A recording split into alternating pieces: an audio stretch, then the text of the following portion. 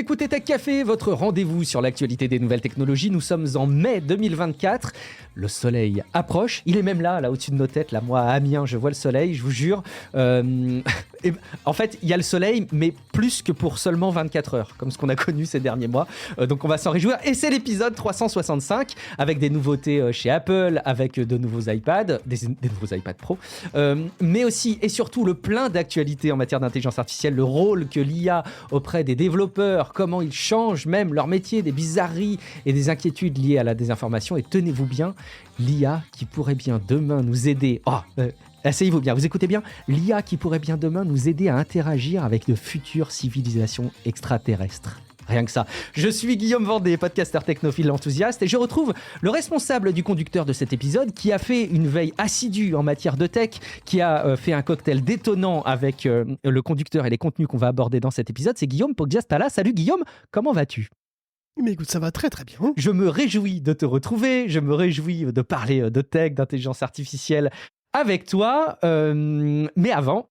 On sort notre sempiternel tapis rouge qu'on a aspiré. Il est toujours d'excellente facture pour accueillir Antoine H, Lo, Philippe Wagner et Nono. Alors qu'ils sont soit des personnes qui ont accepté de nous soutenir récemment sur patreon.com/techcafé, ou même parfois pour partie des personnes qui mettent à jour leur participation. Et j'aime bien citer d'ailleurs les personnes qui mettent à jour leur participation, même en les revoyant à la baisse. Tu vois, parmi les personnes que je cite là, il y a des personnes qui disent « Moi, je soutiens Tech Café, mais en ce moment, je peux mettre un petit peu moins, ou peut-être qu'ils trouvent le contenu leur plaît un peu moins, je ne sais pas, mais j'aime bien citer aussi et valoriser les personnes qui renouvellent leur confiance, même s'ils mettent à jour leur montant de participation. Donc merci beaucoup à vous, parce que oui, vous le savez peut-être pas, mais Tech Café, si vous nous écoutez pour les premières fois, Tech Café, c'est un podcast gratuit qui est financé par ses auditeurs. Vous l'écoutez parfois depuis des années. On prépare, on réalise et on anime ce podcast chaque semaine avec une mission: vous fournir des infos utiles et de qualité sur les dernières infos en matière de tech, avec un format convivial et pratique à consommer durant vos journées. Alors si vous trouvez que c'est bien fait, que ça répond à un besoin que vous avez aujourd'hui, que vous avez le sentiment que ça vous manquerait de ne plus pouvoir profiter de Tech Café, envisagez le soutien à patreon.com/techcafé pour le prix en gros d'un café par semaine, et vous profiterez en échange d'un flux personnel qui vous permet d'ajouter le podcast dans votre app favorite pour écouter les épisodes sans la pub. Et j'en profite aussi puisqu'il y a une petite contrepartie que je pense continuer à développer auprès de vous qui soutenez Tech Café sur Patreon, pendant que le chat veut sortir du studio. Tiens, je vais lui ouvrir pendant que je continue. Tiens, vas-y, sors Raymond. Oui, il s'appelle Raymond. Il s'appelle Raymond comme le chat dans Animal Crossing. Voilà, c'est la petite anecdote. Vous saurez que mon chat s'appelle Raymond. Donc, disais-je, je voulais revenir aussi sur un élément, c'est que quand vous nous soutenez sur Patreon, on vous met accès aux live Patreon, alors qui ne sont pas si fréquents que ça. C'est le deuxième, là, en mai, que j'ai mis en place depuis le début de l'année. Et le but, c'est de faire intervenir quelqu'un qui vient partager un sujet. Notamment Valkan, de la semaine de Valkan, avait fait une présentation sur Obsidian. Et là, c'est Olivier Simard Casanova, que vous aviez déjà entendu dans un épisode interview et qui publie des contenus autour de l'économie, qui est venu nous parler du CMS, donc de l'outil de publication en ligne Ghost. Et c'était super intéressant. C'est une belle alternative à WordPress. Il a expliqué comment il s'en servait. Merci à lui. Et puis, si jamais vous voulez accéder au replay, vous savez ce qu'il vous reste à faire. Vous pouvez même nous soutenir une fois en one-shot, comme ça, accéder au contenu, vous désabonner. Le dites pas trop fort, mais c'est possible, ça marche. Et puis, merci beaucoup à Faber qui a déposé un avis sur Podcast Addict. On est à jour dans les avis Apple Podcast, donc ça me permet de me replonger dans les avis sur l'application de lecture de podcast Android, qui dit donc, Faber, permettez-moi d'exprimer mon admiration pour vos compétences technologiques exceptionnelles. Clairement, il parle de toi, je pense. Votre capacité à expliquer des concepts complexes de manière claire et humoristique est vraiment louable. Je suis reconnaissant pour votre expertise et votre dévouement à partager vos connaissances. Merci beaucoup à toi, Faber. Et puis, on attend aussi vos retours sur les commentaires sur techcafé.fr et sur Discord, où on peut parler d'autre chose que de tech. Et le lien est super simple, techcafé.fr/Discord. De toute façon, tous les liens vers Patreon, vers le serveur Discord, tout ça, c'est dans les notes de l'épisode ou sur techcafé.fr. Donc, hyper facile à retrouver, y compris pendant que vous écoutez cet épisode. Ultimement ultime message avant de parler un peu d'Apple et des nouveaux iPads qui ont été présentés aujourd'hui. Je voulais citer Philippe Wagner qui envoyait juste un petit message sur Patreon. En plus de son soutien, il a pris le temps de rédiger un petit mot, c'est gentil. Juste un petit message pour vous remercier de ce podcast. J'apprends beaucoup et c'est toujours sur un ton sympathique. Précision à propos du dernier podcast. Donc là, il fait référence à l'épisode que j'ai enregistré avec Gaëtan. Il y a moins de trottinettes à Paris car le free floating n'existe plus. Et franchement, je ne sais pas ce qui m'a pris de ne pas mettre en rapport le fait que j'avais constaté qu'à Paris, il y avait moins de trottinettes électriques et le fait qu'il n'y avait plus de service de free floating. En vrai, c'est hyper appréciable et même sur les trottoirs, je vois une vraie différence en tant que piéton. Moi, j'accueille ça de manière très favorable, le fait qu'il n'y ait plus ces services de free floating. Sans autre forme de procès, on parle un peu de tech, forcément. Et alors aujourd'hui, Guillaume, a été présenté de nouveaux iPad Air, de nouveaux iPad Pro pour renouveler un peu la gamme. J'ai pas eu l'occasion de la suivre et j'ai vu juste un tout petit résumé avant qu'on enregistre. J'ai juste vu qu'il y avait le processeur M4 qui était présent dans l'iPad. On peut se demander pourquoi, on va essayer de voir ensemble. Je crois pas qu'il y ait eu des iPad Pro M3, donc on passe peut-être directement au M4 si je dis pas de bêtises. Et une nouveauté aussi, c'est le Apple Pencil Pro, je crois que c'est comme ça qui s'appelle, qui justifie son nom notamment par un prix plus élevé, donc voilà, à 149 €, mais aussi par des fonctionnalités plus avancées qui ne sont disponibles, tenez-vous bien, que sur les derniers iPads. Si vous n'avez pas un iPad Air 2024 ou un iPad Pro 2024, vous n'en profiterez pas de votre Apple Pencil. On se demande si c'est pas une nouvelle restriction de la part d'Apple pour forcer les gens à passer à la nouvelle gamme. On verra. L'avenir nous le dira. Guillaume, tu as suivi ça d'un peu plus près que moi. Écoute, oui, c'est tout frais, c'est tout chaud, disons. Enfin, ça vient de sortir. 3 heures que ça vient de sortir, effectivement. Donc j'ai vu cette vidéo, effectivement, après avoir rappelé au monde qu'ils avaient sorti le Vision Pro récemment, histoire qu'on n'oublie pas. Ah, ils l'ont rappelé, ouais, c'est bien. Ils l'ont rappelé au tout début. Au tout début, ils ont fait petite allusion. On a fait un truc, c'est super, vous n'oubliez pas. Hein. Mais bon, là, on va pas du tout parler de ça. Donc Tim Cook nous a dit bonjour, quoi. Et voilà. Et puis après, il a lancé une présentation des nouveaux iPads. Des iPads très cool, hein, franchement, des belles machines, montées en puissance aussi assez sympa. Toujours pour le même prix. Donc l'iPad 10e génération passe à $350 d'ailleurs, hein, ce qui fait un bel entrée de gamme. Et on a eu comme prévu donc nouveaux iPad Air, nouveaux iPad Pro qui existent désormais en 2 tailles, 11 et 13 pouces. Et c'est bien, j'aime bien moi les grandes diagonales avec plus de place, comme ça c'est cool. Donc l'iPad Air passe directement à l'Apple M2, ce qui va lui faire le plus grand bien, hein, ça en fait une machine puissante, voilà, digne du Pro de l'an dernier. Et puis qui dit M2 dit meilleur Neural Engine aussi, puis on commence à glisser quelques fonctions comme ça aussi sur l'iPad Air. Il y en avait durant un petit peu toute la présentation, là on voit passer un petit détourage automatique d'objets sur une photo, puis une amélioration automatique intelligente voilà, de la photographie je crois sur Photomaker, je crois, un truc comme ça. Et donc le nouvel iPad, il a aussi, le nouvel iPad Air a aussi un meilleur son d'ailleurs, hein, et il est proposé à un prix qui est à peu près analogue à avant, que je crois, un prix très correct, hein, finalement de $600 pour le 11 pouces et 800 pour le 13 pouces. Bon, le 13 pouces, effectivement, c'est un peu plus cher quand même, ça pique un peu plus. Évidemment, si vous voulez plus de stockage, ça va piquer encore plus, hein, comme d'habitude. Bon, la véritable star du show, on va pas se mentir, hein, celui qui prend les 3/4 de la conférence, c'est l'iPad Pro, bien sûr. Et comme tout le monde s'y attendait, il a un écran OLED. Un écran, à n'en pas douter, absolument magnifique. Hein. Bon, évidemment, sur la vidéo, c'est difficile à dire.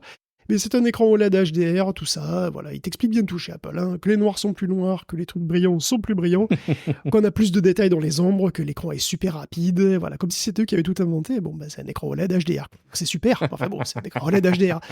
Mais tu sais qu'ils font vraiment ça, quoi. Pendant la présentation de l'iPad Air, ils ont même passé du temps à expliquer ce que c'était qu'un écran plus grand. Là, sur l'iPad à 13 pouces, vous avez plus de place. Vous pouvez mettre plus de monde sur Zoom, regardez. C'est bonne guerre. Écoute. Oui, bon, enfin, on a compris, c'est un écran plus grand. Bon, bref. Toujours est-il que le nouvel iPad Pro est aussi légèrement plus fin que son prédécesseur. Hein. Il a 2 mm de moins, ce qui est amazing. Bon, un peu fragile au bout d'un moment, non? Peut-être. Ouais, non, il a l'air assez costaud quand même. Mais le truc, c'est que, bon, moi perso, c'est vrai que ça m'impressionne moyen 2 mm de moins parce que, disons, c'est vrai que c'est une performance qui fait un truc très joli, très léger, c'est cool. Après, moi, j'aime bien aussi les trucs irréparables. Donc, si c'est 2 mm de moins que c'est impossible à ouvrir, ça m'intéresse pas du tout. Bon, on verra pour cette tablette-ci. Pour l'instant, évidemment, on n'en sait rien. Mais bon, cet iPad est d'ailleurs aussi un petit peu plus léger. En version 13 pouces, comme c'est plus grand, c'est vrai que c'est appréciable. Hein. Bon, je suis sûr qu'il est fabuleux à utiliser. Il a 4 haut-parleurs, le lidar, une caméra de 12 mégapixels, un écran qui est donc super lumineux, tout ça. Bon, ça doit être un plaisir. Et après, c'est 1000 balles, évidemment, c'est $1000. le 11 pouces et c'est 1 300 $ le 13 pouces. Tout ça hors taxe, hein, bien sûr. Donc, c'est évidemment des tablettes quand même de luxe. Hein, 1219 euros en France pour la version Pro. Et c'est 719 euros aussi pour le R. Je crois que c'est un tout petit peu plus cher que ce que tu disais sur les 699. Je ne sais pas si c'est les taxes. Oui, bah moi je donne les prix. Je donne les prix qu'ils donnent à la conférence. Les prix originaux hors taxe, tu vois, qui sont pas beaucoup plus chers du coup. En tout cas, pour le R, c'est pas beaucoup plus cher. Pour le Pro, un tout petit peu plus. Un tout petit peu, oui, c'est ça. Enfin, en tous les cas, il a un très beau physique. Hein. Bon, voilà, c'est une belle. Il est un petit peu redesigné aussi. Il est très joli. Magnifique. Faut le dire, hein.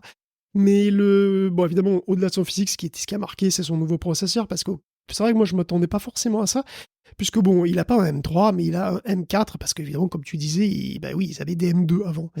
Alors, le M4, c'est un truc qui occupe à lui tout seul une bonne portion de la conférence, en réalité. Hein. Enfin, je sais pas si t'as vu, mais ils en parlent quand même. J'ai vu juste un petit extrait de quelques minutes. Je vais vraiment pas être pertinent sur les réactions de cette conférence. Ils l'ont dit d'entrée de jeu. Le M4, c'est toujours en TSMC 3 nanomètres. Donc c'est du 3 nanomètres de seconde génération. Mais bon, c'est toujours du 3 nanomètres. Donc ça veut dire qu'on est sur un avantage de 5 à 10% quoi, maximum par rapport à avant. Parce que si c'était plus, TSMC se dépêcherait d'appeler ça du 2 nanomètres, évidemment. Donc si c'est du 3 nanomètres, voilà, la différence, en fait, elle n'est pas, au niveau industriel, elle n'est pas énorme. Donc sortir un M4 là tout de suite, ça va pas de soi. Bon, il a un nouveau contrôleur écran pour piloter l'OLED de l'iPad Pro, soi-disant qu'il pouvait pas le faire avec le M3. Bon, il suffisait de changer cette partie de la puce, mais bon, puisqu'ils y étaient, ils ont amélioré l'ensemble, et donc le M4 a 4 cœurs performance et 6 cœurs économiques, contre 4 et 4 pour le M3, ce qui donne donc un petit boost. Voilà, modéré, mais quand même sympa, et c'est là qu'on rentre dans la subtilité chez Apple, par contre, parce que le M4 apporte plein de choses nouvelles, mais pour un iPad. Parce que là, effectivement, comme tu disais, l'iPad Pro avant, c'était sur M2. Et donc le mesh shading, le ray tracing, le dynamic caching, tout ça, c'est nouveau pour l'iPad, parce que c'était pas sur le M2, mais c'était déjà présent sur le M3. Et donc c'est vrai que, comme ils comparent naturellement les versions d'iPad entre elles, ça permet de comparer le M4 au M2. Donc du coup, oui, t'as l'impression que c'est une amélioration un petit peu plus impressionnante. Donc du coup, c'est 4 fois plus de performance graphique entre le M4 et le M2. Bon, c'est assez rigolo parce que ça devient une sorte d'habitude, hein, parce que quand ils ont présenté le M3, ils l'ont comparé au M1 aussi, et voire aux puces d'avant d'ailleurs, les puces Intel d'avant. Mais bon, passons, le M4 a un NPU, surtout, revu et corrigé. Il affiche 38 téraopérations, donc voilà, si j'ai bien compris. C'est-à-dire, c'est plus du double du M3, et donc aussi du M2, puisqu'il me semble que les deux alignent dans les 16 téraops. Apple compare aussi avec le A11 Bionic, et bien sûr là c'est 60 fois plus, c'est bien oui, mais bon, le A11 Bionic c'est en 2017, donc oui, évidemment, forcément, c'est beaucoup plus puissant aujourd'hui. Alors ils insistent sur le fait qu'ils ont donc des NPU depuis longtemps, oui, depuis 2017 ils font des NPU, alors bon attention, Qualcomm aussi, hein, ils font des NPU depuis longtemps, et du coup, oui, ils sont en avance conceptuellement sur les AI PC qui commencent à peine à s'équiper de NPU, hein, donc les puces pour PC, puces Intel, et AMD qui commence à peine à utiliser ce genre de puces qui accélèrent le deep learning, et qu'en plus, bien entendu, leurs puces à eux sont beaucoup plus puissantes que les puces qu'on trouve dans les AI PC. J'invente rien, c'est explicitement dit, hein, donc on commence à comprendre où ils veulent venir quand même avec ce M4. Alors, bon, évidemment, le M4 va accélérer peut-être un petit peu par rapport au M3 dans les coins, tout ça, mais c'est vrai qu'il semble quand même que la puissance du NPU, la puissance de calcul donc pour le deep learning, soit essentiellement la raison d'être de ce M4.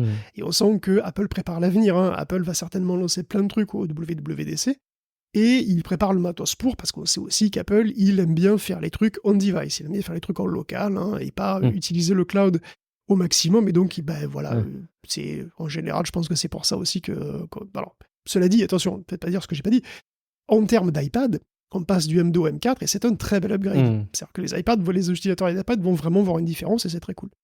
C'est vrai que ça a l'air d'être un superbe produit, hein. Et je me faisais la réflexion quand il comparait par rapport au M2. Finalement, Apple avait l'habitude pendant quelques années de non pas comparer uniquement par rapport à la génération précédente, mais aussi de mettre en place des graphiques qui montrent qu'au fil des années, il y avait des vraies évolutions. Je me demande si ça ne serait pas plus logique qu'ils reviennent à cette perspective-là, parce que c'est beaucoup plus marquant de voir l'évolution d'un iPad par rapport à un iPad il y a 4-5 ans, une génération qui semble plus réaliste par rapport à la période de renouvellement, pour beaucoup, beaucoup, beaucoup de monde, y compris, je pense, en entreprise. Et ce serait plus intéressant de comparer par rapport à l'iPad que tu as déjà. Finalement, je pense que la personne qui a un M2, il n'a pas forcément besoin d'être... Enfin, il ne sera pas forcément convaincu par le fait qu'il est 4 fois plus rapide, celui-ci. Enfin, bon, ça reste des arguments de communication, en tout cas. Donc, en tout cas, des nouveaux iPads. Et puis, évidemment, des nouveaux iPads qui sont accompagnés, Guillaume, avec des nouveaux accessoires, forcément. Ouais, nouveaux accessoires, puis bon, évidemment, toujours un petit peu des usages, hein, et ça, c'est intéressant quand même. Bon, il y avait des démos, des démos qui me parlent pas forcément, parce que je suis pas vidéaste ni rien, mais il y avait des démos avec de la vidéo, voilà, plusieurs flux vidéo comme ça, simultanément, qu'on peut sélectionner. L'iPad peut filmer en 4K HDR, il a une belle caméra de 12 mégapixels. Après, il y avait aussi des démos avec de l'audio, donc des studios pour, voilà, de l'audio, quoi. Il y avait Logic Pro, et on a le droit à des petites touches de deep learning par-ci par-là. On montre par exemple une fonction de Demux, tu vois, des fonctions qui séparent les. T'as une piste audio simple, normale, ça sépare les instruments. Donc ça fait du multipiste à partir d'une piste audio simple. Ça retrouve les différentes pistes automatiquement. C'est une fonction qui existe déjà, qu'on peut utiliser sur PC, mais qui est là, faite donc directement sur l'iPad, voilà, en local, quoi. Et donc il y a des fonctions qui améliorent la qualité des scans de documents aussi. Quand tu prends des photos de documents, tu vois, voilà, t'as des ombres, c'est un petit peu déformé, tu bouges un petit peu. Ben là, il prend plusieurs photos, il les combine et ça fait un scan qui est quasiment parfait, comme si c'était vraiment passé dans un scanner, quoi. Et puis, évidemment, il y a aussi le temps des accessoires qui est arrivé, avec en particulier, tu l'as dit forcément, le stylet, hein, qui donne aussi probablement le logo finalement de cette conférence, c'est Let Loose, et ce stylet, il est quand même cool, hein, il faut l'avouer. Il a un bouton pour cliquer ou double-cliquer, tu peux appuyer avec les deux doigts, tu peux le presser comme ça.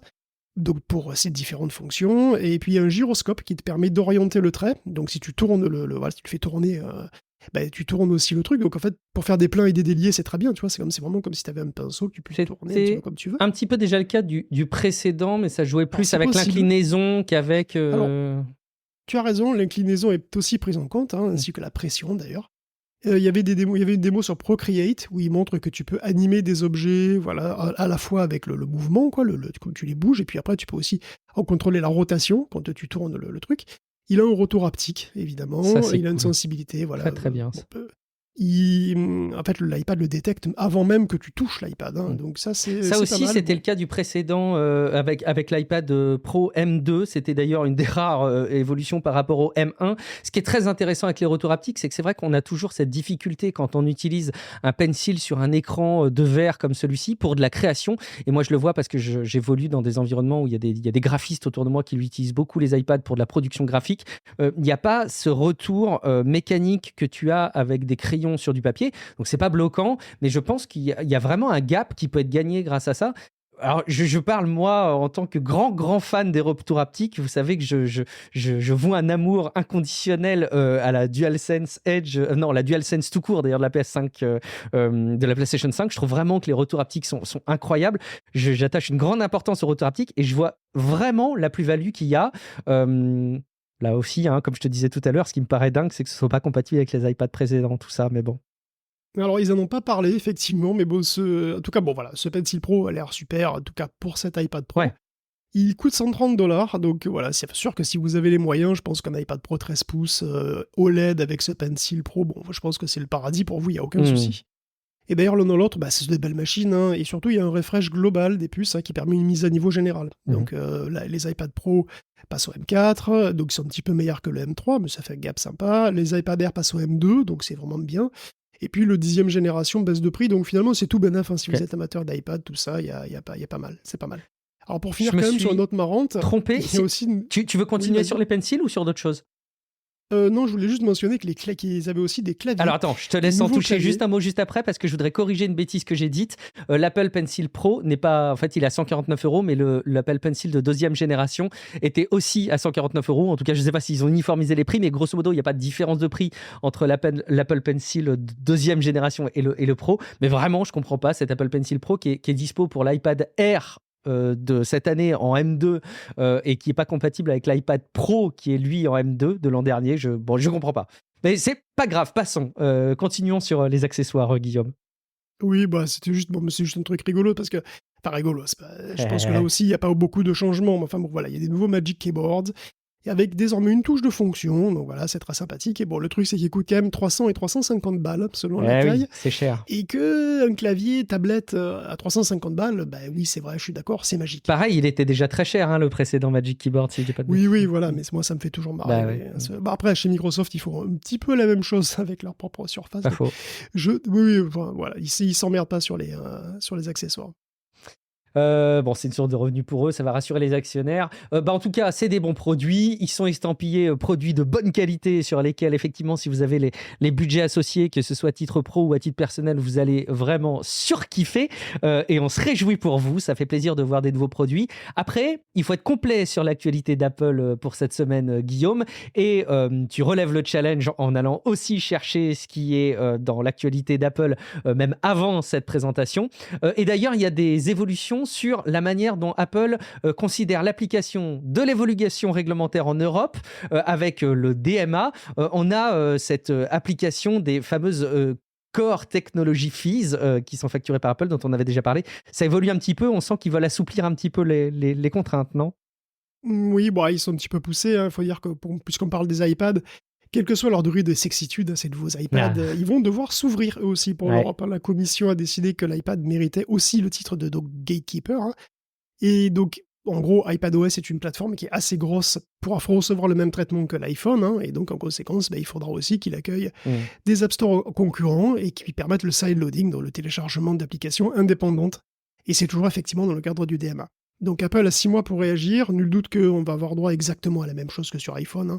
C'est-à-dire un péage. Ils l'ont confirmé, je crois, d'ailleurs, dans la foulée. Oui, c'est probable. Oui, je ne vais pas regarder, mais ça paraît assez évident.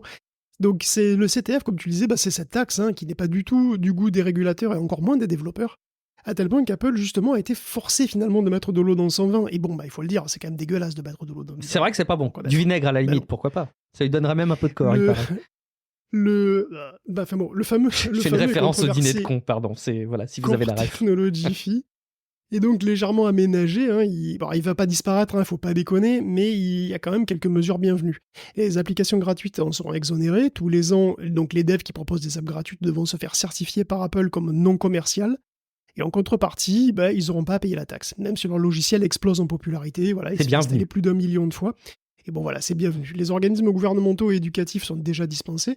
Si vous essayez néanmoins de vivre de votre métier et que vous demandez rémunération pour votre appli, mais que vous ne gagnez pas énormément avec, vous aurez un petit peu plus de temps pour vous retourner, donc vous aurez 3 ans en fait pour payer.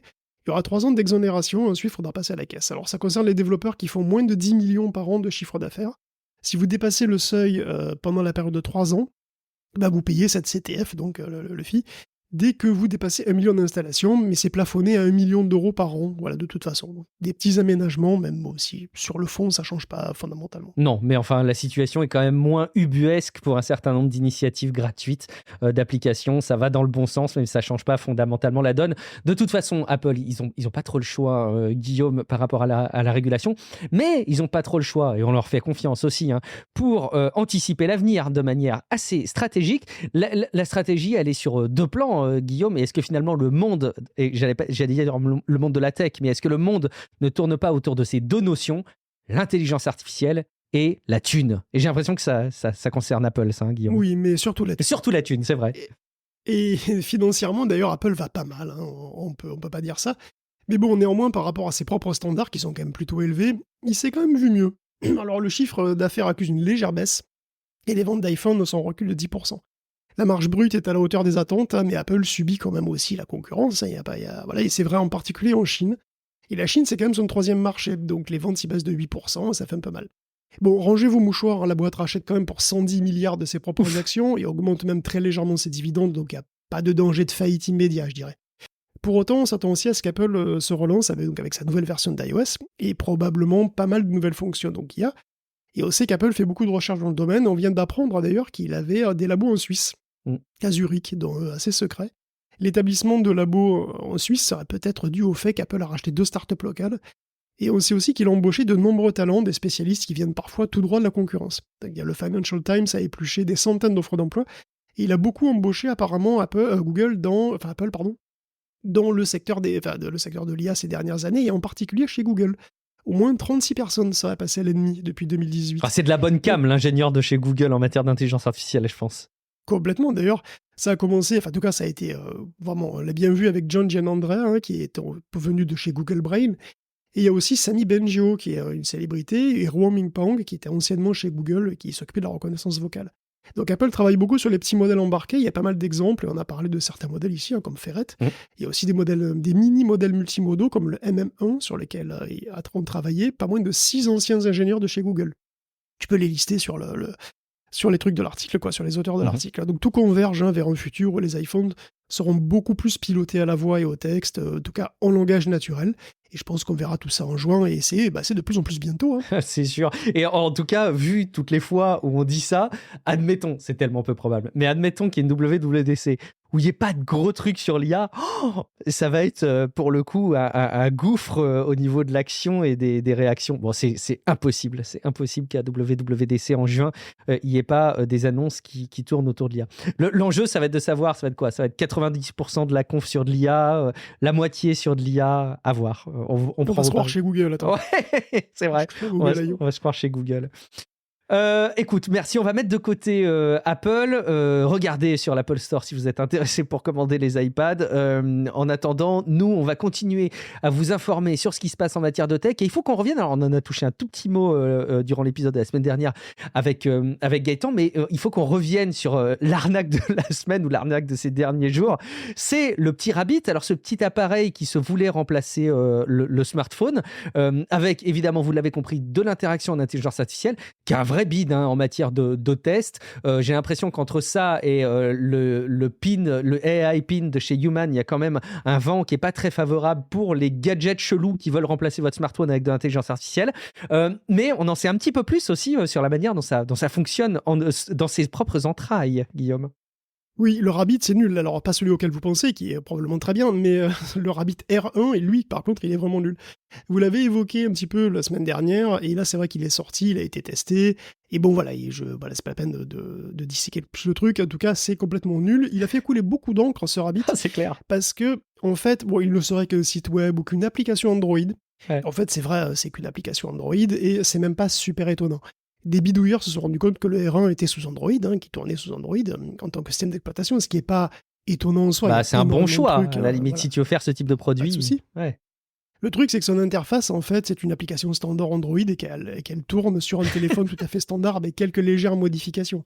Alors, ça fait un peu scandale, mais finalement, ça fait qu'illustrer ce qu'on dit ici depuis le début. Je pense il n'y a aucune raison pertinente d'avoir un appareil indépendant pour utiliser des fonctions IA. Et pourtant, on a vu cette semaine que le R1 était encore plus scandaleux que ça. Parce que finalement, on peut revenir légèrement sur les tests, parce que c'est quand même marrant. Alors, c'est même étonnant, parce que non seulement l'appareil ne sert à rien, mais en plus, il n'est pas fini et il marche très mal. Quand il est sorti, même avec toute la réserve dont j'ai fait preuve, j'avais quand même une petite curiosité sur le LAM.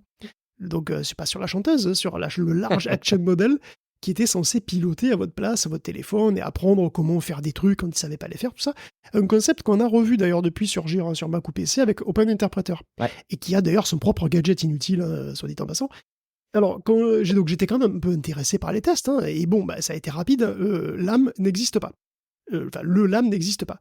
Il n'y a rien à dire. C'est bien simple, il n'y a que 4 applications qui sont utilisables avec le R1. Il y a Midjourney, Spotify, DoorDash et Uber. Et aucune ne marche bien. Oui, c'est ça. Aucune ne démontre une quelconque valeur ajoutée du R1 qui se paye le luxe d'être moins efficace qu'une recherche traditionnelle sur Spotify, par exemple. Et souvent, ça marche pas. Le journaliste de The Verge n'a jamais été capable de se commander à bouffer avec DoorDash, ni de se faire véhiculer par un Uber commandé de vive voix. En tant qu'interface Play School pour ChatGPT, ça fonctionne. D'ailleurs, il a aussi les travers du chatbot, parce que parfois il se plante, ça lag, et au final, le Rabbit, c'est encore comme presse-papier qui est le plus utile, quoi. Bon, à $200 sans abonnement, et avec des promesses d'action, tout ça, on avait envie de laisser sa chance au R1. Le miracle n'a pas eu lieu, on pourrait se dire que c'est juste parce que le bazar a été lancé avant d'être cuit, qui pourrait être mis à jour, et que voilà, ce sera amélioré. Son autonomie catastrophique a d'ailleurs été améliorée depuis, mais le doute est de moins en moins permis. Et ça sert à rien d'avoir un autre appareil que son smartphone. De toute façon, tous les smartphones vont être gorgés d'IA, à tort ou à raison d'ailleurs, dans les années qui viennent. Les copilotes vont coloniser toutes les machines qu'on a déjà, pour le meilleur ou pour le pire, et certainement pour les deux. Donc bon. C'est vrai que même si on part du principe qu'il fonctionnerait bien, admettons, on se pose dans la situation où il fonctionne bien, même s'il fonctionnait bien, je ne comprends toujours pas en quoi il pourrait remplacer le smartphone qui fait plus, avec un écran plus confortable, etc. Bon, écoute, à suivre. On continue, Guillaume, à parler d'intelligence artificielle, mais notamment parce que il y a des ingénieurs, tout un pan de la population qui travaille sur les technologies en tant que telles et sur l'intelligence artificielle, qui font preuve de témoignages assez difficiles sur l'arrivée de l'IA et qui semblent dénoncer, c'est marrant, mais ils remettent pas en question le fait que c'est des avancées technologiques intéressantes, mais c'est marrant, ça semble s'inscrire quand même dans des choses qu'on souligne aussi dans Tech Café tous ces derniers mois. C'est qu'il y a une forme d'excès de course à l'échalote derrière l'intelligence artificielle avec un poids moral qui rend leur métier assez pesant finalement. Ben oui, mais il y a une hype qui est maximale. Je veux dire, t'as vu d'ailleurs que XAI, donc le labo d'Elon Musk, le labo IA d'Elon Musk, qui a, je sais pas, 6 mois, 1 an, il vient de recevoir 6 milliards de dollars d'investissement de Sequoia. Et c'est pas les seuls, ils sont en pleine levée de fonds, ça va durer encore une petite semaine d'ailleurs, et XAI serait déjà évalué à 18 milliards. C'est fou, donc voilà, la hype est maximale. D'ailleurs, je sais pas si t'as vu aussi, mais les JO approchent dangereusement. Moi qui me passionne pour le sport, je suis à fond, t'imagines. Bien, et moi donc. Mais ce qui est marrant, c'est qu'il parle d'Olympiade IA, avec de l'IA partout pour le sport, pour le recrutement de talents, comme juge pour l'entraînement, tout ça. Donc on a de l'IA partout, sans doute peut-être bientôt trop partout, et il faut bien que les gens qu'ils les fabriquent, ces produits, plus ou moins pertinents, plus ou moins finis. Il faut quand même des gens derrière. Et donc, il faut faire ça toujours plus vite, de semaine en semaine, c'est fatigant. C'est fatigant d'en faire la revue de presse. Ouais, alors imaginez pour les gens qui les font, quoi, je veux dire, c'est fou. Donc, et effectivement, CNBC a interviewé les intéressés, et ils sont fatigués aussi, ils sont même au bord du burn-out. Donc il y a des ingénieurs de chez Amazon, Google et Microsoft qui ont témoigné de la folie, littéralement, qui s'est emparée des grosses boîtes avec la vague de l'IA. Comme on peut, le vendredi soir chez Amazon, mettre une deadline au lundi suivant 6 heures pour les déploiements d'un projet, on peut travailler jour et nuit, tout un week-end pour une fonction qui finalement sera mise au second plan parce que on est passé à autre chose. Il fallait juste impressionner les investisseurs ponctuellement. Les boîtes sont en pleine crise aiguë de FOMO, comme on en voit rarement d'ailleurs, et ils sont tous lancés dans une course effrénée pour sortir de nouveaux produits et impressionner la galerie. Et pour que cette galerie, souvent, continue à faire pleuvoir le pognon, parce qu'il y a quand même ça aussi. C'est particulièrement vrai pour les plus petites compagnies, d'ailleurs, qui cherchent beaucoup d'investissement, mais bon, les plus grosses sont pas... évidemment, les plus grosses compagnies, c'est même celles qui ont lancé la course. Sprint perpétuel, qui épuise leur effectif, et des effectifs qui grossissent pas, parce que c'est même plutôt l'inverse. Et beaucoup avouent qu'ils travaillent d'arrache-pied, surtout pour entretenir la hype, qui sortent parfois des produits qui sont des solutions à des problèmes qui n'existent pas. Il y a un ingénieur de Microsoft qui cite un cas où son équipe travaillait sur un problème, puis il a été forcé d'utiliser un modèle de langage pour le résoudre alors qu'il n'y en avait pas besoin, et que c'était même moins efficace. Beaucoup d'équipes travaillent désormais avec des LLM parce que c'est à la mode, c'est tendance en ce moment, et puis il faut dire qu'on travaille avec une intelligence artificielle et tout ça. Et pour aller le plus vite possible, il n'y a pas de secret, les tests qualité, les questions secondaires d'éthique par exemple, passe à la trappe, et c'est comme ça qu'on se retrouve avec des scandales comme celui des images de Gemini par exemple, qui est très récent. Donc l'ensemble des témoignages qui sont anonymes, et donc par nature, qui donc aussi donnent une image partielle de tout ça, ça dépeint un secteur tech en pleine FOMO, généralisé, où on doit sortir un max de trucs le plus vite possible, et on réfléchit après, quand on réfléchit. Alors j'avoue, ça nous fait de la matière, à nous, les journalistes, quelque part, mais j'ai une pensée émue pour tous ces développeurs, tous ces spécialistes du machine learning dans le monde qui sont effectivement très bien payés, mais c'est quand même mieux parce que c'est quand même cher 10 ans de cure de sommeil en sanatorium.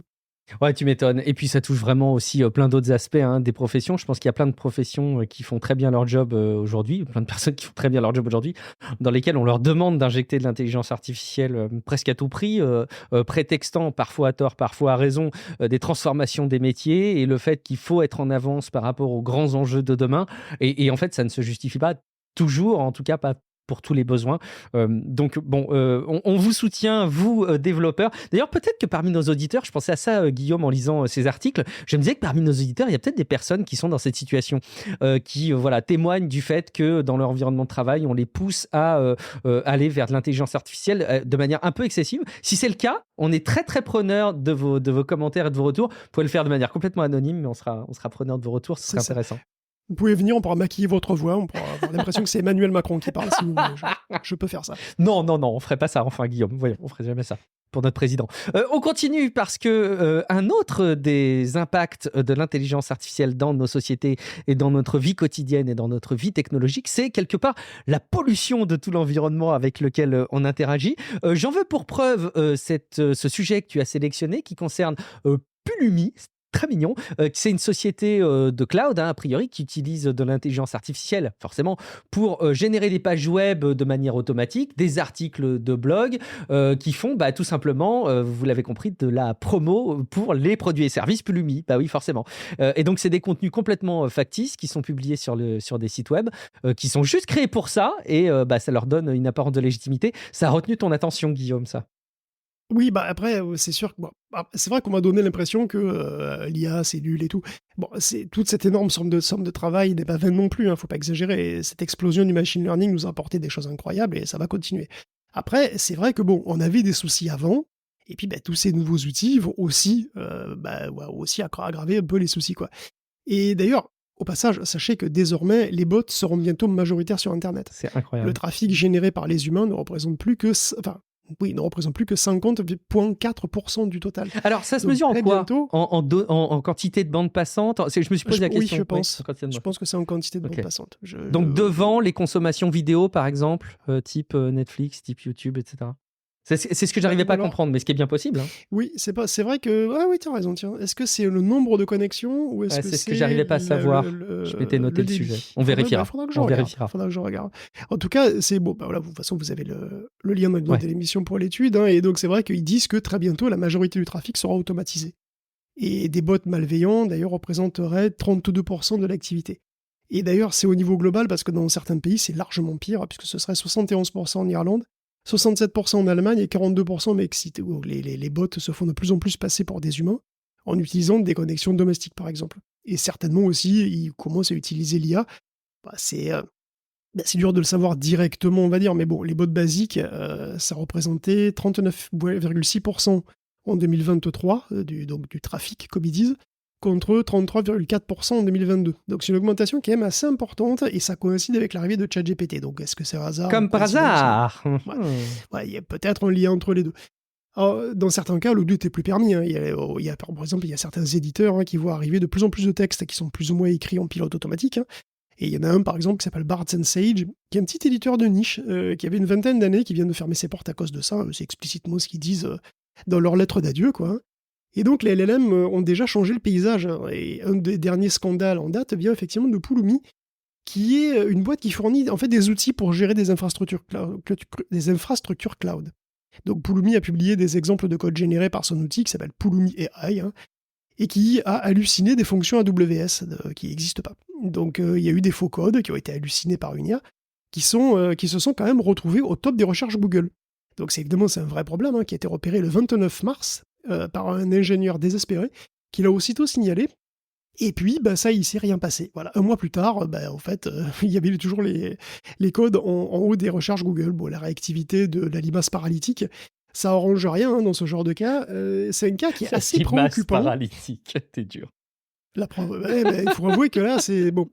Et c'est quand même préoccupant parce qu'il faut voir aussi que là, on est sur des trucs très spécifiques, quoi. Tu vois, les fonctions AWS, les fonctions cloud Amazon, comme ça, c'est des trucs qui sont pas forcément très connus, pas très courants. Donc voilà, c'est quand tu as des soucis sur des langages ou des frameworks qui sont plus classiques, c'est facile de trouver de la doc, c'est facile de trouver des réponses quand tu as des problèmes, tu vois.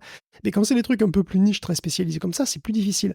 Et en plus, les applications cloud, c'est quand même des projets encore plus critiques souvent. Donc c'est d'autant plus important d'avoir des infos fiables dessus. Et donc évidemment, si les premiers trucs que tu trouves, c'est des fonctions qui n'existent pas, ça aide pas. Donc Pulumi s'est excusé, promet de faire mieux, de tester systématiquement ses codes avant de publier quoi que ce soit. Ce genre de cas, ça va devenir sans doute monnaie courante très vite. Et les outils IA pour le code sont là, il faut faire avec, et ils peuvent être une arme à double tranchant.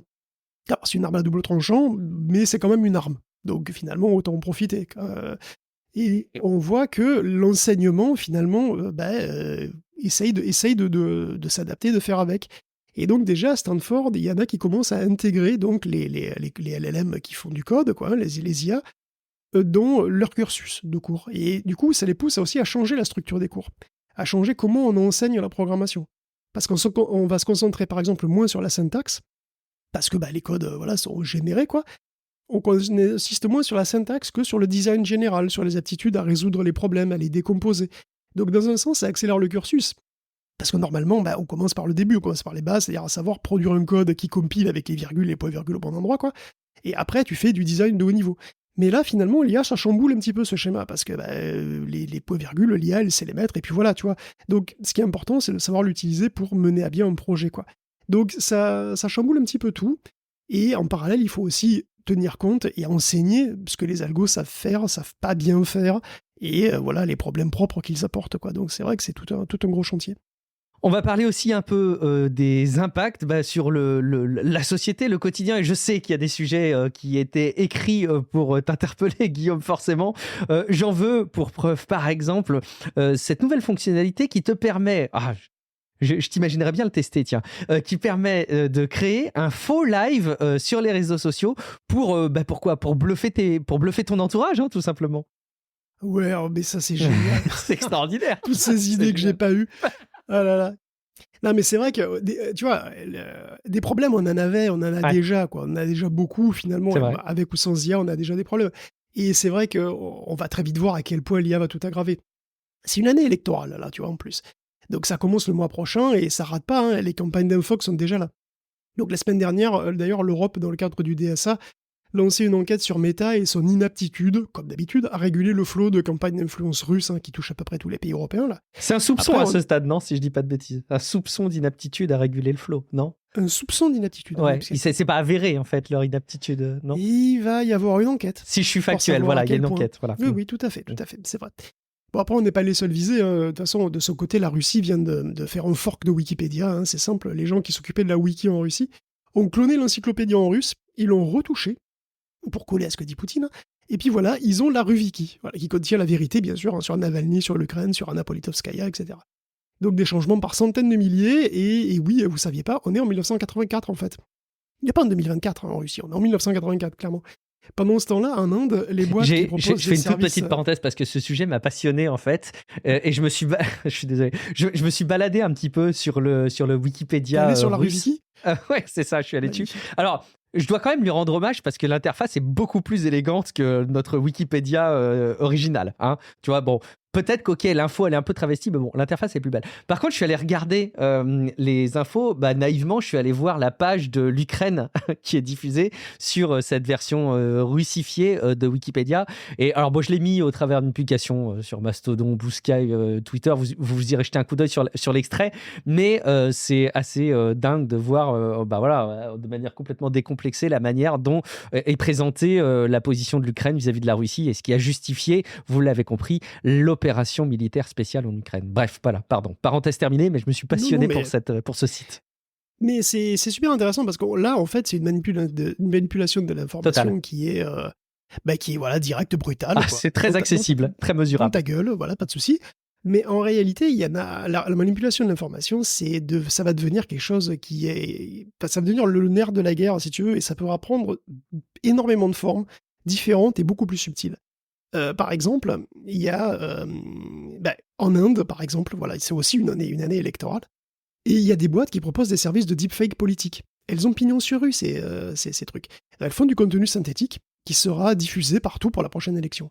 Et pas forcément de manière abusive, hein, je veux dire, ils vont pas mentir directement, ça peut être juste un candidat qui parle une langue qui sait pas parler en réalité. Ça peut être des messages vidéo personnalisés, des messages qui n'ont jamais été enregistrés. Donc tu reçois un message d'un politique qui te parle à toi vraiment spécifiquement. Évidemment, c'est juste, ça a été complètement généré, mais t'as l'impression qu'il te parle à toi. Il y a Polymath Solutions, par exemple, qui propose tout ça, et bien d'autres prestations encore. Et ils assurent évidemment ne pas travailler pour tous les partis, avoir une éthique, tu vois. Mais éthique, il faut encore savoir ce qu'on entend par éthique, parce qu'on est quand même dans des trucs extrêmement délicats, quoi. Est-ce que ressusciter des politiciens morts, en vidéo, c'est éthique ? On avait parlé de ce politicien tamoul qui était mort en 2018 et qui était revenu en janvier dernier, en vidéo, pour motiver ses troupes. C'est pas le seul. Il y a Vasant Kumar, qui est le père de Vijay Vasant, ou Vasant Vijay, voilà. Donc c'est un ancien acteur qui est devenu politicien dans le sud de l'Inde. Et donc, très naturellement, le père appuie son fils. Il vante ses mérites en vidéo sur Internet. Bon, le seul problème, c'est qu'il est mort du Covid, pendant la pandémie. D'accord. Et donc, on utilise l'image du père qui était aussi un homme politique, mais qui était surtout un homme d'affaires, qui était associé à beaucoup de commerce, qui était associé à beaucoup de publicité et qui faisait partie du quotidien des gens. Donc c'est des publicités bien connues, c'est une figure très connue. Et on utilise cette familiarité et on joue aussi, peu subtilement finalement, sur le respect qui est dû aux morts. Parce qu'on ne dit pas de mal des morts. C'est assez vrai ici déjà, mais c'est encore plus vrai en Inde. Et donc on transfère le respect et la familiarité du père décédé sur son fils en utilisant son image, sans lui demander son avis. Hein. Alors peut-être qu'il aurait été d'accord, peut-être pas, va savoir. Est-ce que c'est éthique de manipuler comme ça les gens en utilisant les images des morts? J'ai des doutes. Les campagnes électorales génératives en Inde, ça va être un joli laboratoire, hein. C'est très intéressant à suivre, je pense. Ouais. Et donc les médias évoluent avec tout ça. Et c'est vrai que les IA, bon oui, elles vont forcément foutre un peu le bordel, mais elles partent pas de rien. Elles arrivent dans des sociétés qui sont surmédiatisées, et elles arrivent là en permettant encore plus de délire. Et oui, le truc dont tu parlais, qui est à la fois problématique et pathétique, et même un peu marrant quelque part, c'est ça, ces fausses applications de live stream. Pour draguer, hein, je pense que c'est vrai. C'est génial, cette idée est géniale. Ah écoute, c'est une idée. Enfin, apparemment, il n'y a rien de mieux pour draguer les filles, apparemment, que d'être célèbre. Hein. J'ai l'impression que c'est le top, être célèbre en ce moment. Si t'es célèbre, en plus, t'es automatiquement un petit peu riche. Hein. Et donc, bon, voilà, on est en 2024, donc être célèbre, ça veut dire que t'es suivi en live stream, hein, par, je sais pas, 20 000 personnes sur TikTok ou sur Instagram ou je ne sais pas. Eh bien, il existe au moins 2 applications. Il y en a une qui s'appelle Parallel Live et l'autre qui s'appelle FameFi, qui affiche une interface qui ressemble à s'y méprendre à TikTok et qui imite un live stream. Donc, t'as des réactions, des likes, des messages et tout et tout. Sauf que tous ces gens, tous ces spectateurs sont synthétiques, ils n'existent pas. C'est un modèle de langage qui s'occupe de t'inonder d'émojis, de cœur, de messages, etc. Et les IA réagissent. Apparemment, elles réagissent en fonction de ce qui est filmé. Et elles peuvent même faire des dons, enfin des faux dons, bien sûr, elles peuvent t'envoyer $10 comme ça, de dons. Tout ça est complètement faux, mais sur le moment, ça fait illusion et ça donne l'impression que t'es un streamer super populaire. Incroyable ça. Donc tu payes pour avoir une fausse popularité qui te permet de mentir et de baratiner des meufs. Hein. Apparemment, c'est ça le truc. Est-ce que ça marche vraiment? J'ai aucune idée, je m'en fous, mais je veux dire, de toute façon, les seules personnes qui profitent vraiment de cette situation, c'est les mecs qui ont fait l'appli, qui encaissent le truc. Ouais. Mais ça en dit long quand même hein, sur notre société. Hein. On aura beau accuser les IA de tous les maux, faut voir le contexte dans lequel elles arrivent. Ouais. Il y a déjà du lourd quand même. Hein. Ouais, c'est pas tant le problème des IA, c'est les idées particulièrement saugrenues qui vont exploiter ces ressources techniques pour ce type de choses. Allez voir la petite vidéo hein, sur 404media.co. Le lien est dans les notes de l'épisode ou sur techcafé.fr si vous avez un souci. Parfois, les notes de l'épisode sont tronquées parce qu'il y a beaucoup de lignes, mais sur techcafé.fr, vous avez tout. Et donc, vous retrouverez ça et vous allez voir, c'est une petite vidéo sur Instagram qui mérite d'être regardée. Guillaume, on regarde, peut-être qu'on va trouver notre salut dans l'usage des intelligences artificielles demain, dans des domaines comme la médecine, par exemple? Écoute, on espère, les performances des modèles de langage en médecine progressent voilà, ça s'arrête pas, hein, ça progresse régulièrement. Google est à fond là-dedans, puisqu'il avait déjà les modèles MedPalm 2, et puis maintenant il a MedGemini, hein, puisqu'il a fait Gemini. Donc ils ont fait passer un super questionnaire de médecine à ce dernier, et il a répondu juste à 91,1% des questions. Et donc c'est mieux que MedPalm 2 qui avait que 86%, et c'est même mieux que GPT-4 qui répond à 90,2% des questions avec brio. Mais MedGemini, il se distingue parce que, en plus, il est multimodal et il gère de très longs contextes. Alors, comme son homologue non médical, hein, tout simplement, donc ça a l'avantage de manière significative, hein, surtout parce qu'il peut analyser des vidéos, tout simplement, ce que GPT-4 par exemple ne peut pas faire. Alors vous vous dites sans doute que, vu le caractère régulièrement hallucinatoire des réponses des LLM, vous irez jamais vous faire ausculter par une IA. C'est une métaphore, mais Gemini n'a pas de cou. Donc il n'a pas de cou autour duquel mettre un stéthoscope, donc ça ne peut pas être un vrai médecin. Pas de cou, c'est un vrai médecin ont des coups, sinon c'est pas possible. Donc votre objection est valide, maître. Néanmoins, Google est conscient que ça, qu'halluciner un sarcome, c'est pas terrible, quoi. Non. Et donc il va doter MedGemini d'un système qui est un petit peu plus complexe qu'une réponse du tac au tac, hein, comme font la plupart des chatbots. Donc, MedGemini est entraîné sur des contenus médicaux, bien sûr, mais il est aussi entraîné à aller chercher la doc sur Internet et à critiquer ses propres réponses. Donc, pendant l'inférence, pendant qu'il va vous parler, c'est ce qu'il va faire aussi. Donc, une réponse de MedGemini, en fait, c'est le résultat de tout un processus. Donc, MedGemini va générer plusieurs raisonnements, comme s'il se parlait à lui-même, comme ça, qu'il se parlait dans sa tête. Donc, ce sera plusieurs chaînes de pensée qui vont être évaluées. Il va évaluer laquelle est la meilleure et il va aussi évaluer à quel point il est sûr de lui. Puis, s'il n'est pas sûr de lui, il va chercher la doc sur le web, et puis il va refaire tout le processus, mais avec les nouvelles infos qu'il est allé chercher sur le web, et finalement, il va fournir la réponse. C'est un schizophrène organisé qui fait des recherches sur Google, quoi. Ouais, mais même toi, hein, quand tu te parles à toi-même dans ta tête, voilà, c'est vraiment la C'est même vrai. idée. Voilà, dans ta tête, tu fais plusieurs raisonnements, tu dis Mhm. ouais, non, là, c'est pas possible, non, c'est une connerie. Bon, voilà, et Je c'est vois. exactement ça, mais avec le texte. Donc, c'est nécessaire justement pour minimiser autant que possible, hein, les hallucinations et les erreurs de raisonnement, parce que bah, voilà, ils raisonnent pas tous très bien à tous les coups, pas très bien à tous les coups, quoi, les LLM. Donc, il est multimodal, mais Gemini, donc il peut aussi analyser des radios, des endoscopies. Il peut même assister en principe, hein, des opérations, donnant son avis, guider le chirurgien. Donc l'un dans l'autre, c'est quand même très prometteur. C'est un début. Voilà, Gemini va s'améliorer probablement et puis va optimiser la qualité des données externes parce que là, il va sur le web. Mais enfin, on pourrait imaginer qu'il serait optimisé pour aller chercher dans des banques de données médicales, voilà, de Ouais. manière beaucoup plus spécifique, quoi. Mhm. Alors, est-ce que je vais consulter chez Dr Gemini pour autant? Non. À moins qu'il y ait vraiment rien d'autre. Voilà. Mhm. Et je pense qu'à terme, d'ailleurs, une très bonne IA, très bonne IA bien testée, ça pourrait toujours être mieux que rien. Ouais. C'est vrai qu'il y a beaucoup de déserts médicaux en France, mais aussi évidemment dans le monde. Hein, et donc, quand il y a vraiment rien, une super IA comme ça pourrait être mieux que rien, disons. Mhm. Alors, c'est prudent C'est d'être... compliqué quand même au passage. Il y a toujours un truc qu'on occulte et non pas qu'on ausculte dans ce genre de sujet. C'est le fait que quand tu vas consulter ton médecin, t'es pas juste enfin un professionnel de santé, c'est pas juste un mec qui prend des données et qui te fait un diagnostic. Tu vois, je pense que la médecine me semble être un sujet un peu plus complexe que ça, Bien qui sûr, se base sur de la prise de vue, des discussions, de l'auscultation, de l'observation, utiliser des outils. Tu vois, un ophtalmo, il a quand même besoin de son outil pour regarder Ah oui, oui, ton oui. fond d'œil et tout. Et il y a quand même tout ce pan, à chaque fois qu'on parle de médecine boostée ou plutôt propulsée à l'IA, Mais ça, c'est pas... on met ça de côté, j'ai l'impression aussi. Alors oui et non, c'est-à-dire qu'effectivement, pour l'instant, on est plutôt dans le texte vers texte, quoi. Tu vois, Ouais. voilà, on utilise des modèles de langage, mais on peut très bien imaginer que tu puisses rajouter des informations au pur texte. C'est-à-dire, il pourrait très bien regarder ta tronche, parce qu'il est Mhm. multimodal, il pourrait très bien regarder ta gueule et Ouais, voir si exact. t'as des, Te si filmer t'as en des, temps si t'as des réel avec ta eczéma quelque part. webcam. Ok, Et d'accord. puis, il y a plein de capteurs simples qui peuvent être utilisés pour prendre ton pouls, ta tension, et ce genre de trucs à distance. Tu vois, ça, c'est pas forcément discriminant. Après, il y a évidemment tout un pan de la consultation qui est, qui est Ouais, au-delà bien de sûr. tout ça, qui est au-delà de ces données brutes, et ça, on n'y est pas, bien entendu, mais c'est pas forcément le sujet tout de suite, quoi. Je comprends, je J'imagine. comprends. Objection retenue, votre honneur. Très bien. Merci. Et donc, ouais, alors bon, donc du coup, donc c'est un sujet complexe, et j'ai vu passer un truc aussi, parce que quand on parle de raisonnement sur les IA, j'ai vu passer un article relativement intéressant, puisqu'il y a tu sais qu'on fait passer plein de questionnaires à tous les LLM pour savoir s'ils sont intelligents ou pas. Et donc, il y en a un qui se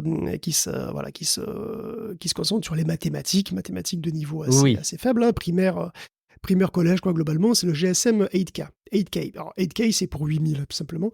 Et bon, combien de ces LLM qui répondent très bien à ce questionnaire ont vu à l'avance le truc dans leur set d'entraînement, c'est-à-dire combien font du par cœur, combien sont aidés à faire du par cœur, combien réfléchissent par eux-mêmes. Et donc pour le savoir, il y a des auteurs qui se sont cassés un petit peu la tête, donc ils ont fait un article où ils ont fait le GSM 1K, donc 1K parce qu'il y a 1 millier de questions, et ce millier de questions, en fait, c'est des questions qui sont dans le même style que celui de GSM 8K, mais qui sont originales. Et donc on est sûr que les modèles ne l'ont pas vu. Et donc on se dit, si une IA masterise le GSM 8K, elle devrait se balader pareil dans la version mini, qui a été préparée par les chercheurs. Et le problème, c'est que ça arrive pas pour tout le monde, malheureusement. La plupart des modèles accusent une baisse significative de performance quand on leur présente. Et donc, il est probable qu'il y ait un overfitting sur le questionnaire original. Donc les plus touchés d'ailleurs sont les modèles Mistral avec plus près de 10% de baisse de performance, et les filles aussi de Microsoft. Mais on voit aussi que les modèles plus gros, comme Gemini Pro, Mistral Large et surtout Claude et GPT-4, ne voient pas de baisse de performance par rapport à ce qu'ils faisaient sur le GSM 8K. Donc en fait, il y a pas mal de modèles aussi qui sont autour de 0. Il y a les codes Lama par exemple qui sont autour de 1%, le Gemma 2B aussi. Et donc en fait, ce qui est clair, c'est que les modèles n'ont pas tous des performances constantes. Donc ça veut dire qu'ils n'arrivent pas tous à généraliser, il y a quand même pas mal de contamination, quoi, des datasets auxquels il faut faire attention. Mais il y en a aussi qui arrivent apparemment à généraliser, et ça a l'air d'être le cas de Claude, de GPT, de Mistral Large, donc c'est possible, effectivement, Donc on a l'impression qu'il y a quand même des modèles qui arrivent à généraliser correctement, et donc il est possible d'envisager des modèles qui savent quand même suivre une logique simple de manière à peu près constante et à peu près fiable. Et donc ça, c'est quand même assez prometteur quand tu veux en faire des toubibs ou autre chose, quoi. Oui, c'est mieux, effectivement, c'est enthousiasmant, c'est des signes encourageants. Ok, des signes encourageants, on va essayer d'en trouver aussi. Alors, tu parlais tout à l'heure des Jeux Olympiques, je pense qu'on est dans un sujet sportif un peu annexe. Mais tu voudrais nous parler un petit peu d'événements autour de Formule 1 autonome. Ça aussi, ça plairait à Gaëtan, au passage, qui aime beaucoup la Formule 1. Moi, j'avoue que ça me laisse tout autant de marbre, la F1, que plein d'autres sports. Mais quand même, là, il y a des vidéos qui méritent d'être regardées. Donc, c'est un nouvel appel à ce que vous alliez consulter l'article et les petites images et vidéos pendant que vous écoutez ce sujet. Mais oui, il y a eu une compétition de F1 autonome, Guillaume, propulsée à l'intelligence artificielle, forcément. Exactement. Alors, c'était pas exactement des F1, c'était des super formules. Voilà, Ah, pardon, mais c'est ok. bon. Oui, bon, c'est des monoplaces, ça ressemble quand même pas mal à des F1 pour des béotiens comme moi, franchement, moi j'ai pas vu la différence au début. Mais oui, à Abu Dhabi, donc, il y avait effectivement une course donc, de ces formules, donc de ces super formules, qui étaient donc complètement autonomes, et c'était marrant parce que c'était à la fois impressionnant et pathétique. Impressionnant parce que quand même, ce sont des voitures de course sans pilote qui alignent des tours, hein. Bon, donc ça va quand même plus vite que se balader de parking en parking dans la banlieue de Phoenix comme la première Waymo venue. Mais on va pas se mentir, les voitures étaient plus occupées à la conduite qu'à la course. C'est-à-dire déjà, ne pas se faire de tête à queue, partir dans le décor ou se prendre des murs, ça retenait à peu près toute leur attention déjà, tu vois, elles étaient déjà au taquet, quoi. Il y a eu des impairs, beaucoup, sans raison apparente, hein. Quand une voiture fait une grosse embardée alors qu'elle est seule sur le circuit, tu te demandes un peu ce qu'il lui prend, même si elle a bu, je sais pas ce qu'elle a bu, c'est bizarre. Et donc, on a vu la Robo Race en 2017, Ouais. et là, on voulait vraiment être le pas au-dessus. C'est-à-dire là, une course de F1 sur 8 tours de circuit avec 5 voitures en conditions réelles, quoi, hein. Et bon, il faut bien le dire, en termes de course pure, c'était pas palpitant. Les IA pilotes étaient très prudentes, et il y avait, voilà, pour le coup, les drones autonomes étaient beaucoup plus impressionnants en course, hein. Mais bon, voilà, c'est un tout petit début pour cette donc Autonomous Racing League. On aura peut-être du Wipeout d'ici 10 ans, mais là, c'est à peine plus divertissant que regarder le périph' par la fenêtre. Si vous voulez un truc plus impressionnant, question robot, tout ça, allez jeter un coup d'œil à la vidéo d'Astribot qui présente son S1. Alors S1, c'est un robot buste, hein, donc on voit pas le bas, apparemment il a pas de jambes, je sais pas. Il a 2 bras, une tête, apparemment il se déplace pas, il a des pinces, il a pas des mains, mais bon, ça semble pas le déranger. Et il est super impressionnant parce que lui, il est rapide. On a l'habitude de voir des robots qui se traînent un peu. Là, rien n'est accéléré, il est capable de bouger aussi vite qu'un humain, voire plus. Il peut manipuler des objets de toutes sortes, hein, qu'il reconnaît avec précision. Il est capable de ranger dans des boîtes et des tiroirs, de faire du repassage, de faire de la cuisine, de déboucher des bouteilles, même des bouteilles de vin, des trucs à décapsuler. Vraiment, c'est assez impressionnant. Il fait tout ça avec fluidité, et il peut soulever 10 kilos, même donner des coups de marteau pour réparer une chaise, ou pour se défendre peut-être, hein, à terme. Astribot est chinois, et donc il conclut la vidéo en faisant un petit peu de calligraphie. Et bon, il se déplace pas encore, mais c'est quand même limite plus impressionnant qu'Optimus et autres figures, ça, comme quoi, faut pas oublier les Chinois dans la course à la robotique. Et tu vois aussi que c'est un truc qui est, il peut mimer tes mouvements, si par exemple tu te mets devant et tu le mets en mode mime, il peut te regarder, tu fais des mouvements et il reproduit les mouvements qu'il voit. Et donc vraiment, voilà, c'est un réseau de neurones, quoi, hein. Il a probablement un modèle de langage aussi. Et c'est assez fort. D'ailleurs, tiens, tu m'avais posé une question. Oui. Quand tu avais vu la Robo Race, enfin la Racing League, J'allais là, tu m'avais dit, t'en parler.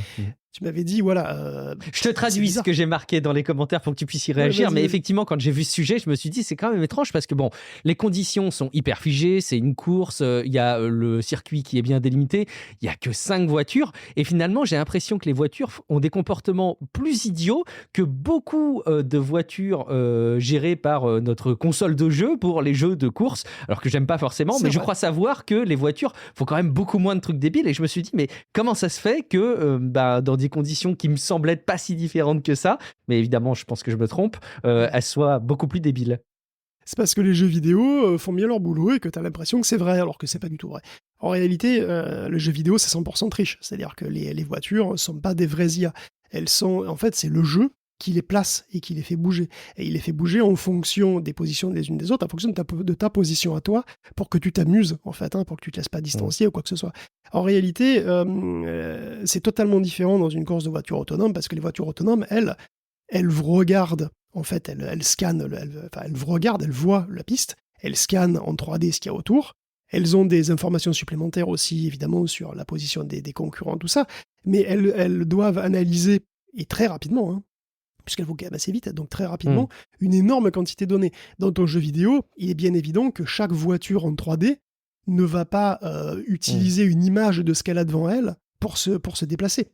Elle n'en a pas besoin, elle a déjà toutes ces informations. Elle sait déjà très exactement où elle est sur la courbe du circuit.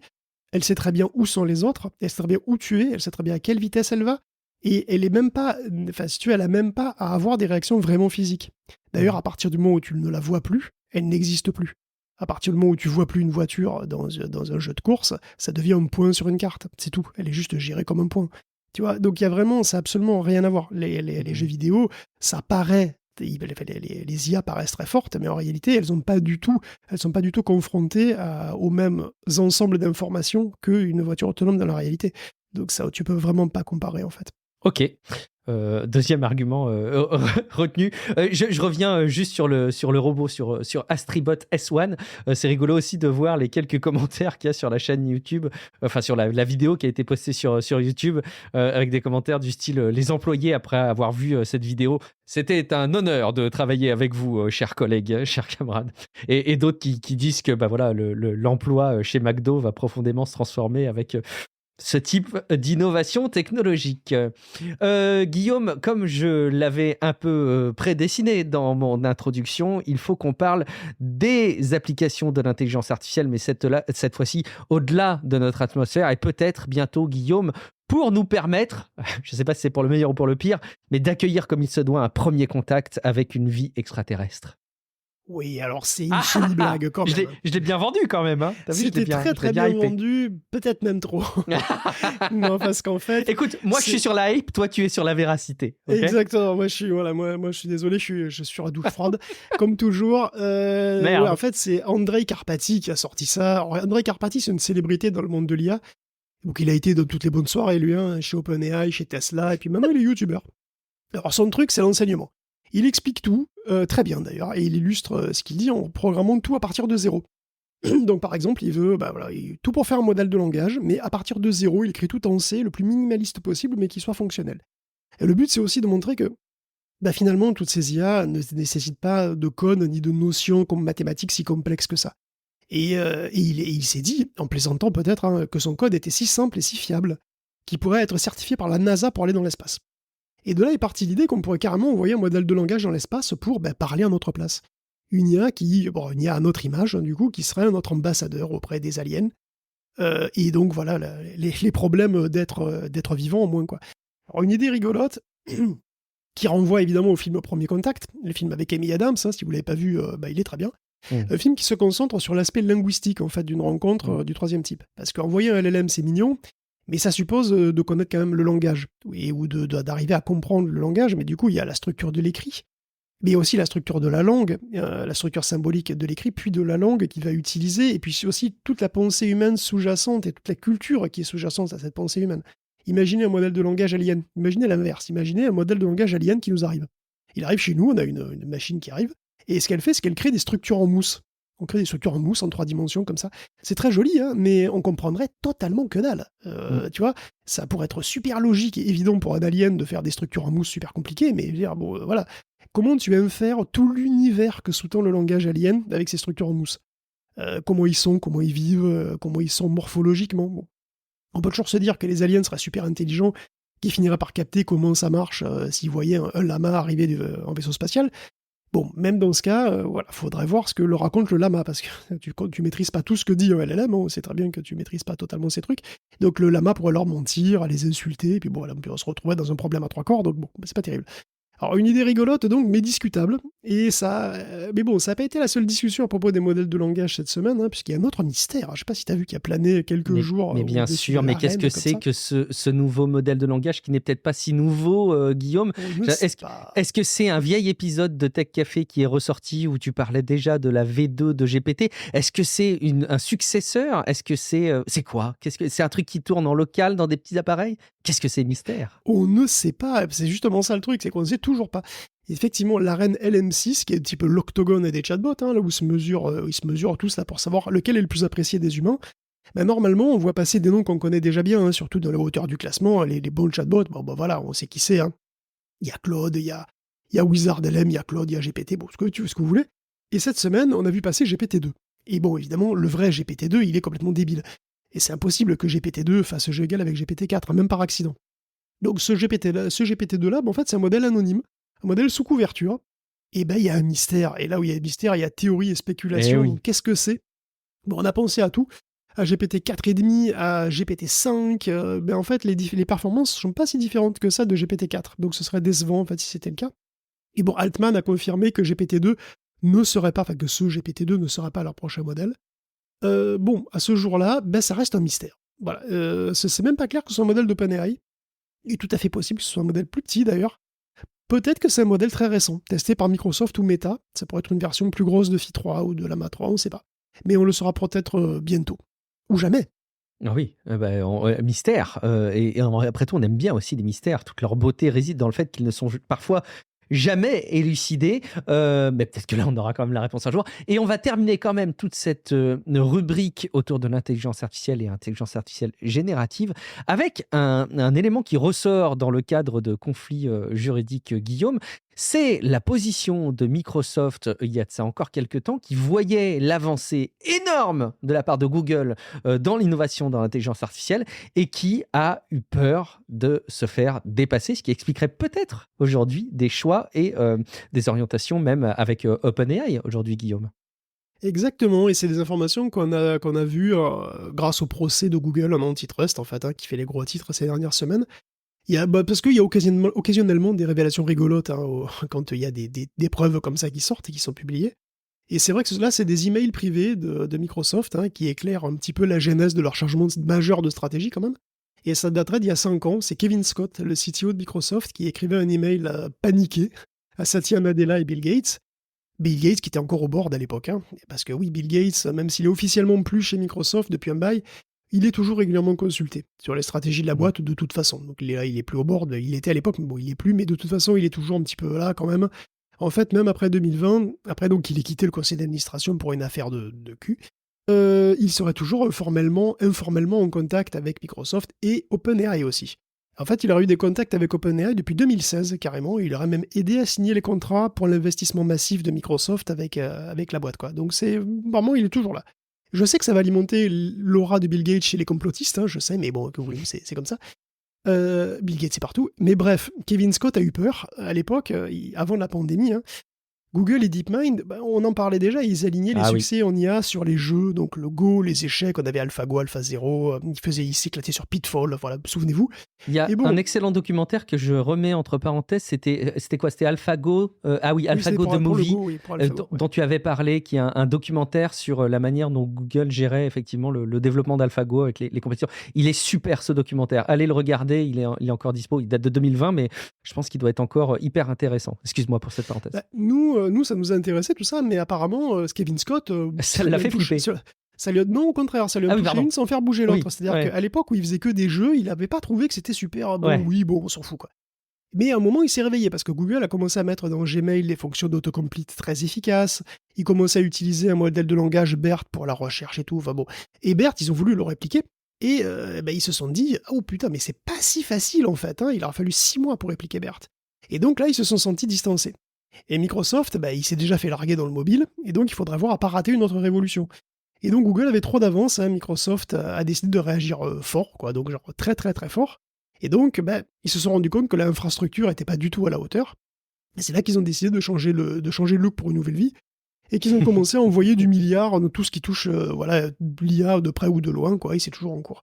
De son côté, Google avait beaucoup d'avance, et il s'est pas tourné les pouces. Donc si tu veux, c'est une course vraiment où il partait avec un handicap quelque part. Et c'est pour ça, du coup, qu'aujourd'hui, on parle de trucs de malades comme Stargate, voilà, le méga projet à 100 milliards de dollars de Microsoft.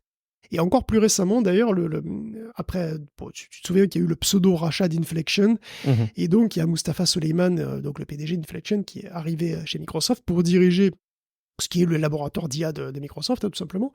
Et on a eu des nouvelles de lui, on sait à quoi il va s'occuper, puisqu'ils vont se mettre à entraîner MAI-1, M-A-I-1, qui serait le plus gros modèle de langage jamais fait par Microsoft, puisqu'il ferait 500 milliards de paramètres, soit un petit peu plus gros que le plus gros des Llama qui est prévu par Meta, qui lui fait 400 milliards de paramètres. Donc ça serait toujours moins gros probablement que GPT-4, mais l'objectif c'est clairement de produire un chatbot qui soit de puissance équivalente. Et donc, globalement, puisqu'on sait que le gros Llama 3, lui aussi, serait capable d'être à peu près à ce niveau-là. Et donc, voilà, donc ce serait... Donc, ça continue. Jusqu'ici, Microsoft était plutôt dans les modèles petits mais costauds, avec un meilleur rapport qualité-prix, on va dire. Et donc, c'était la famille Phi, tout simplement. Manifestement, ça lui suffit plus.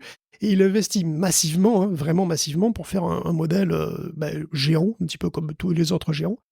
Et c'est vrai que c'est marrant parce qu'ils ont quand même investi lourdement dans OpenAI, mais ils vont quand même faire leur propre modèle qui rivalisera avec ceux de son partenaire slash concurrent. Parce que sache les rivales, on ne sait pas trop, tu sais, c'est toujours un petit peu trouble, quoi. Mais donc voilà, ils font ceinture et bretelles. C'est prudent. C'est prudent, mais c'est cher, parce qu'un modèle aussi gros, c'est vraiment pas à la portée de toutes les bourses. Alors, c'est pratiquement terminé pour l'intelligence artificielle sur cette rubrique, mais on a encore plein de chouettes sujets à vous partager, notamment dans des affaires juridiques, des affaires de conflits divers et variés. Évidemment, on va toucher un mot de la nouvelle saison de bannissement de TikTok aux États-Unis.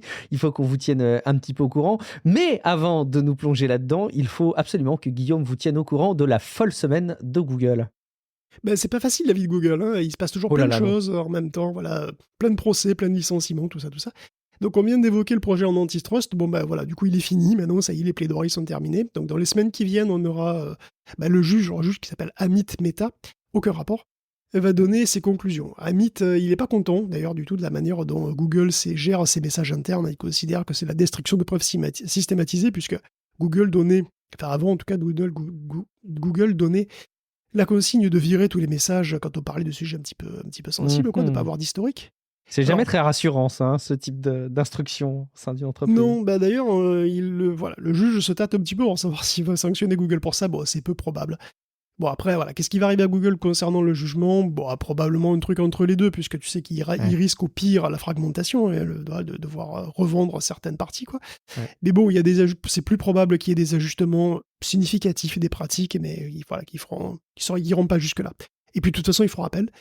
Google a de quoi s'occuper, de toute façon, en attendant tout ça, parce qu'il y a un jugement rendu, lui, à la fin de janvier dernier, qui, donc, il opposait à Epic.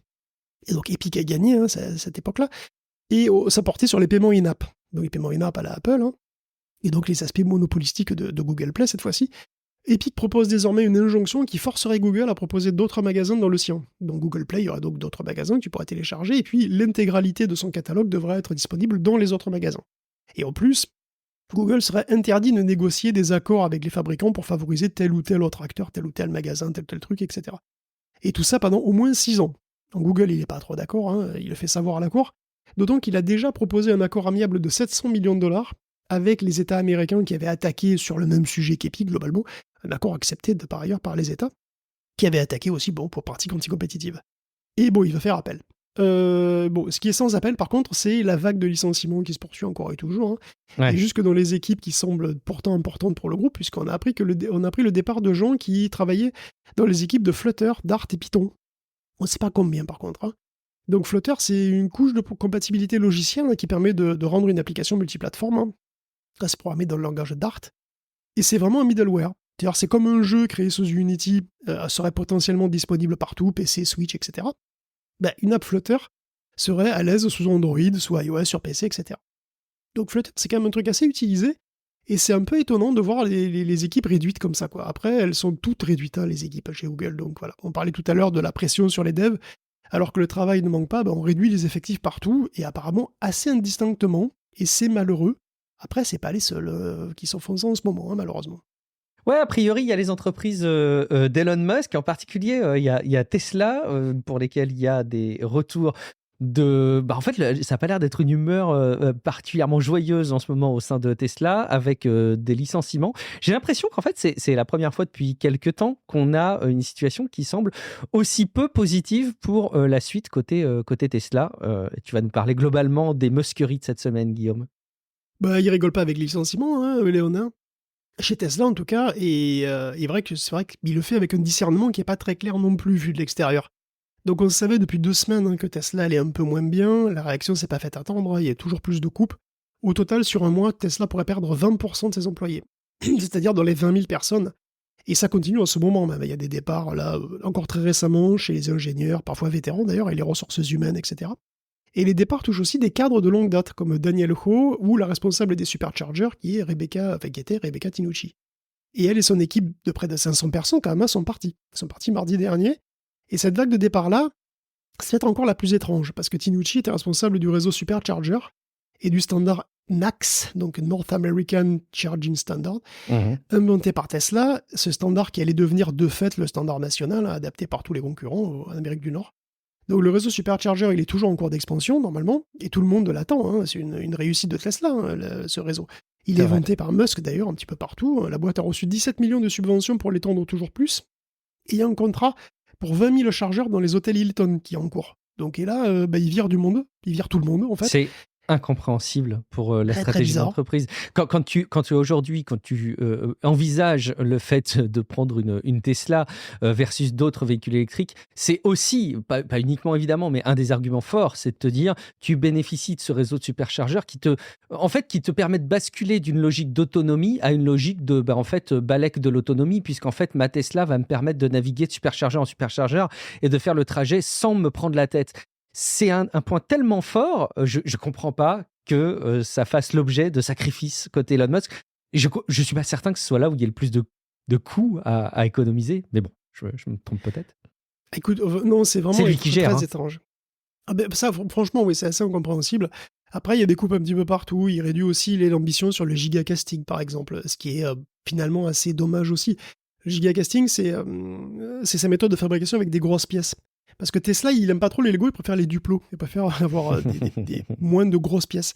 C'est vrai que ça va plus vite à monter, hein. C'est aussi moins cher, c'est plus simple. Donc le châssis d'une modèle Y, par exemple, c'est 3 grosses pièces. Et Tesla voulait passer à une seule. Ce qui aurait été encore super, hein, ça aurait été encore plus d'économie et tout ça. Mais c'est plus à l'ordre du jour. Bon, c'est très dommage. Mais Musk, j'ai l'impression qu'il a une autre marotte, hein. Il veut que Tesla ne soit plus vu comme une marque de voiture, mais comme une boîte d'intelligence artificielle et de robotique. Et les voitures, apparemment, c'est has-been, sauf si elles sont autonomes. Donc voilà, Musk, qu'est-ce que tu veux? Il voit autrement, il voit plus loin. Voilà, donc la seule personne dans son entourage qui risque pas de chômer, c'est son Twitter-sitter, tu sais, l'avocat, sans doute, hein, qui contrôle les tweets avant qu'il les envoie pour bien vérifier qu'il dit pas de conneries et que ça peut pas manipuler le cours de l'action. C'est une condamnation de la SEC qui date de 2018. Bon, Musk voulait s'en débarrasser, la Cour suprême n'a même pas voulu s'occuper du cas. Ils ont écrit « On a autre chose à faire, mon lapin ». Et voilà, et il leur a répondu ça dans un email avec un emoji bisou. Donc Musk va garder son Twitter sitter qui est totalement inconnu. Je ne sais pas si quelqu'un l'a jamais vu. Il est pourtant censé exister, mais apparemment son identité est un mystère. Personne ne sait qui est le Twitter sitter. Encore un mystère. Beaucoup trop de mystères dans cet épisode, Guillaume. Bon, je le disais, c'est un cycle. Alors, je me rappelle la dernière fois, ça nous avait tenu en haleine pour que l'éléphant accouche d'une souris. On ne comprenait pas. Est-ce que c'était vendu, pas vendu, forcé de vendre, etc. J'ai l'impression que l'histoire se répète, Guillaume. TikTok, il ne leur reste plus que quelques centaines, dizaines de jours, c'est ça, avant d'être banni ou vendu? Écoute, oui, comme tous les 4 ans, les États-Unis bannissent TikTok. Voilà. Bon. Alors, techniquement, ils ne sont pas bannis, hein, attention, c'est la loi qui vient de passer au Congrès et qui d'être signée d'ailleurs par Biden, oblige Biden à vendre TikTok à un Américain ou à être dégagé du pays de l'oncle Sam, hein, et du colonel Sanders. Alors, ça ressemble à s'y méprendre à ce qui s'est passé en 2020 avec Trump. TikTok allait être vendu à Oracle. Oui, souvenez-vous, c'était Oracle qui devait prendre, sauf que ça ne s'est pas passé. Il ne s'est rien passé. Bon, là, TikTok va faire appel, bien entendu. Ça va prendre des mois, peut-être des années. Les élections auront lieu bientôt. Trump pourrait revenir, mais cette fois, il a changé d'attitude envers le réseau chinois. Ça pourrait changer encore, remarque bien, parce que voilà, on parle de Trump, hein, c'est le spécialiste de la rotation de veste à 800 tours minutes, donc on ne sait pas. Donc Trump, qui d'ailleurs ne sera pas forcément réélu, hein, pareil, on ne sait pas. Donc voilà, TikTok est à nouveau sur la sellette. Est-ce que cette fois ça aboutira à quelque chose? C'est pas évident, mais quand même le contexte est bien différent de celui d'il y a 4 ans. En 2020, la situation internationale avait quand même vraiment rien à voir. On était dans un début de guerre économique avec la Chine, hein. Ça s'est largement amplifié et aggravé depuis, avec des embargos toujours plus sévères, et on est désormais carrément au-delà d'une guerre purement économique, parce qu'il y a quand même un soutien clair de la Chine avec la Russie, tout ça, c'est beaucoup plus tendu qu'avant. Tout ça fait que c'est pas juste TikTok qui est dans le collimateur, en réalité, c'est toutes les entreprises chinoises, hein, tout simplement.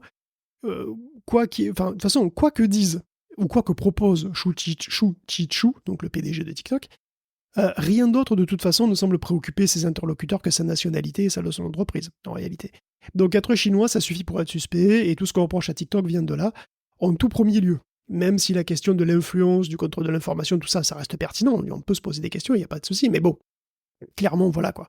Donc c'est arrivé à Huawei, c'est en train d'arriver à TikTok, ça pourrait demain arriver à Digi. Et ça arrivera sans doute à d'autres boîtes qui se risqueront sur le marché américain. Enfin, avant de se faire virer par les États-Unis, TikTok pourrait se faire tout simplement virer par Apple, puisque, autre petite news TikTok, apparemment, ils utilisent la technique Fortnite sur iOS.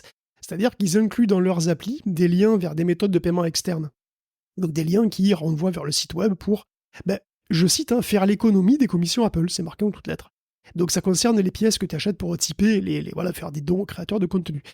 Mais il n'empêche que ça devrait provoquer la même réaction que Apple a eu vis-à-vis d'Epic, c'est-à-dire les dégager, quoi. Ou bien, je sais pas. Mais c'est là qu'on va voir combien il y a de poids et combien il y a de mesures, parce que virer Fortnite, c'est déjà lourd. Ouais, c'est vrai. Mais TikTok, est-ce que même Apple peut se passer de TikTok ? Est-ce qu'il est en position de force à tel point qu'il peut dire « Non, sur nos téléphones, vous n'aurez pas accès au réseau le plus populaire du monde. C'est pas possible. » Mais vous l'achetez quand même ? Je sais pas. Donc ça va être rigolo à voir quand même. Alors, bon, vas-y. Ça va être difficile à tenir dans tous les cas et la comparaison avec Fortnite est intéressante. Fortnite, l'utilisation sur iPhone, elle était vraisemblablement importante, mais peut-être pas majoritaire. TikTok, elle est exclusive au smartphone, l'utilisation. L'utilisation en dehors d'autres plateformes que les smartphones, elle est anecdotique. Donc là, c'est particulièrement central pour ce service. C'est effectivement très intéressant de pouvoir mesurer au fil de l'eau le nombre de poids et de mesures pour comparer effectivement la situation de TikTok et de Fortnite.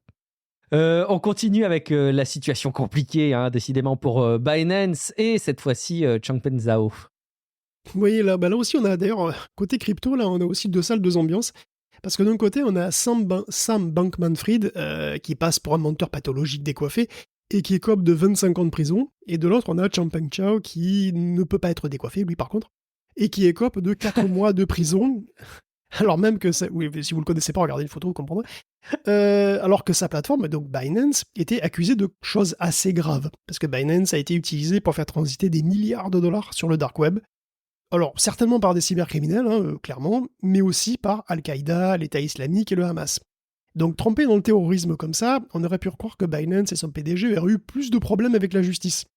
Parce que là, on a que droit à quelques millions d'amendes et à 4 mois de prison pour le PDG. Et c'est plutôt sympa, somme toute.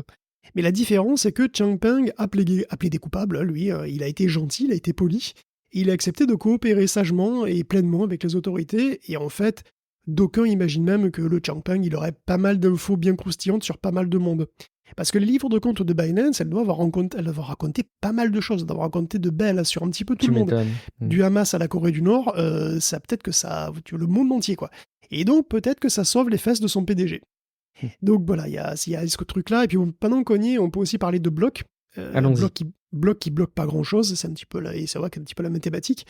Donc Block bloque rien, et ça, c'est bien le problème. Block s'appelait Square, rappelez-vous, Square, boîte spécialisée dans le paiement mobile, et qui a été fondée par Jack Dorsey, donc cofondateur de Twitter, feu Twitter, donc X. Square est devenu Block en 2021, parce que sans doute blockchain, et voilà, blockchain machin, ça fait cool. Bon, elle opère donc des services financiers crypto et standards, les deux. Et devinez quoi ? Un peu comme Binance, Square, enfin Block, ne connaît pas bien ses clients, c'est moins qu'on puisse dire, ou alors elle s'en fout complètement, c'est probablement ça. En gros, l'application des règles bancaires, on oublie, il y a de multiples occurrences de transferts impliquant des groupes terroristes et des pays sous sanctions internationales. Donc des transferts en bitcoin ou en dollars, en lien avec des pays comme l'Iran, la Chine, la Russie, Cuba, etc. Non, pas la Chine, pardon, l'Iran, la Russie, Cuba. Plus de 100 pages de rapports de lanceurs d'alerte et détaillent tout ce qui cloche chez Block. Et pour napper le tout, il y aura aussi des paris illégaux, aussi pendant des années, jusqu'à l'an dernier. Donc voilà, les cadres auraient été au courant et auraient laissé faire. Donc Jack Dorsey, va-t-il s'en sortir comme Changpeng ou va-t-il s'en sortir comme Sam Bankman-Fried ? Voilà, on verra en tous les cas. Ça tangue pour Jack Dorsey, qui a d'ailleurs, alors je sais pas si c'est concomitant, je sais pas si c'est à cause de ça, quitté le board de Blue Sky aussi récemment.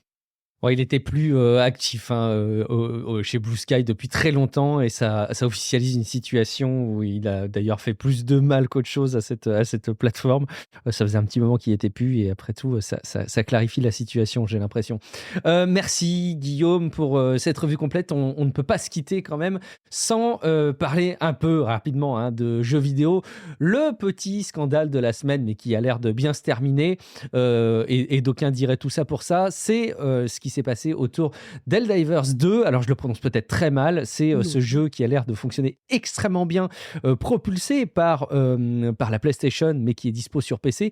Je ne sais pas si tu l'as testé, moi ça me donne envie, et en même temps j'ai peur d'y consacrer du temps. J'ai l'impression que le multi est tellement central que je ne peux pas m'y lancer tout seul, et encore moins avec mes enfants. Est-ce que tu as testé, toi, Helldivers 2? Non, maintenant, j'ai pas testé. Et en fait, faudrait qu'on teste.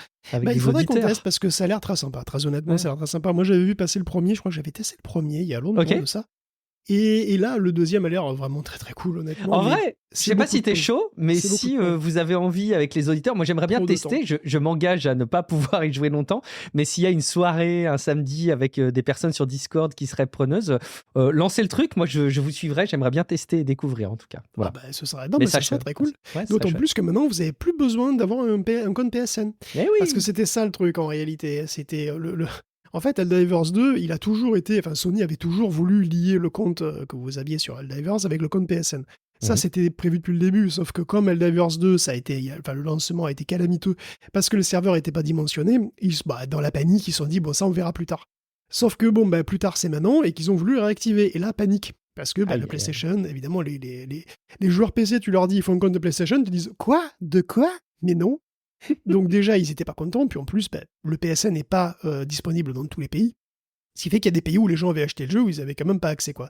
Donc c'était n'importe quoi, et du coup, ça a énormément gueulé, ça a tellement fait du review bombing sur Steam, il y a tellement eu de revues négatives, que le jeu est passé de chef-d'œuvre à bouse immonde en quelque chose comme 2 jours. C'est dur, ça. Et du coup, Sony s'est dit, bon, ok, d'accord, c'est bon, on oublie, et voilà. Donc après un âpre combat, les joueurs ont remporté la bataille, mais bon, en réalité, ils voulaient faire ça depuis le début. Et puis, je sais pas comment les gens auraient réagi si ça avait été là depuis le début, en fait, donc c'est ça intéressant. Mais bon, c'est vrai que ces politiques d'association de comptes dans tous les sens, c'est particulièrement chiant, on les retrouve sur les jeux Blizzard, par exemple, aussi sur Switch, où il faut, ou sur les jeux Ubisoft aussi, c'est chiant, vraiment, ça me saoule. J'ai enfin pu lancer Baldur's Gate 3, donc voilà, peut-être que dans 10 ans, j'aurai un peu avancé, mais c'est insupportable aussi au lancement, il faut créer un compte avec l'Ariane, compagnie, c'est vrai que c'est difficile. Après, ça peut se comprendre pour leurs besoins parfois de sauvegarde à travers les plateformes. Alors pourquoi moi, j'ai pas la version Steam, et j'ai dit que je voulais pas, et tu peux jouer quand même. Ah, d'accord, et donc tu peux jouer. Je dis ignorer, il me semble que... Ok, et ça synchronise peut-être ton avancement avec Steam, et voilà quoi. Ouais, c'est tout Steam qui gère, ouais. Tant mieux. C'est pas mal. Avec Steam. Ok. Ouais. Je pense que c'était... Ah, d'ailleurs, peut-être qu'on se fera un Baldur's Gate 3 un jour, Guillaume, peut-être. Un Helldivers 2, un Baldur's Gate 3, des podcasts.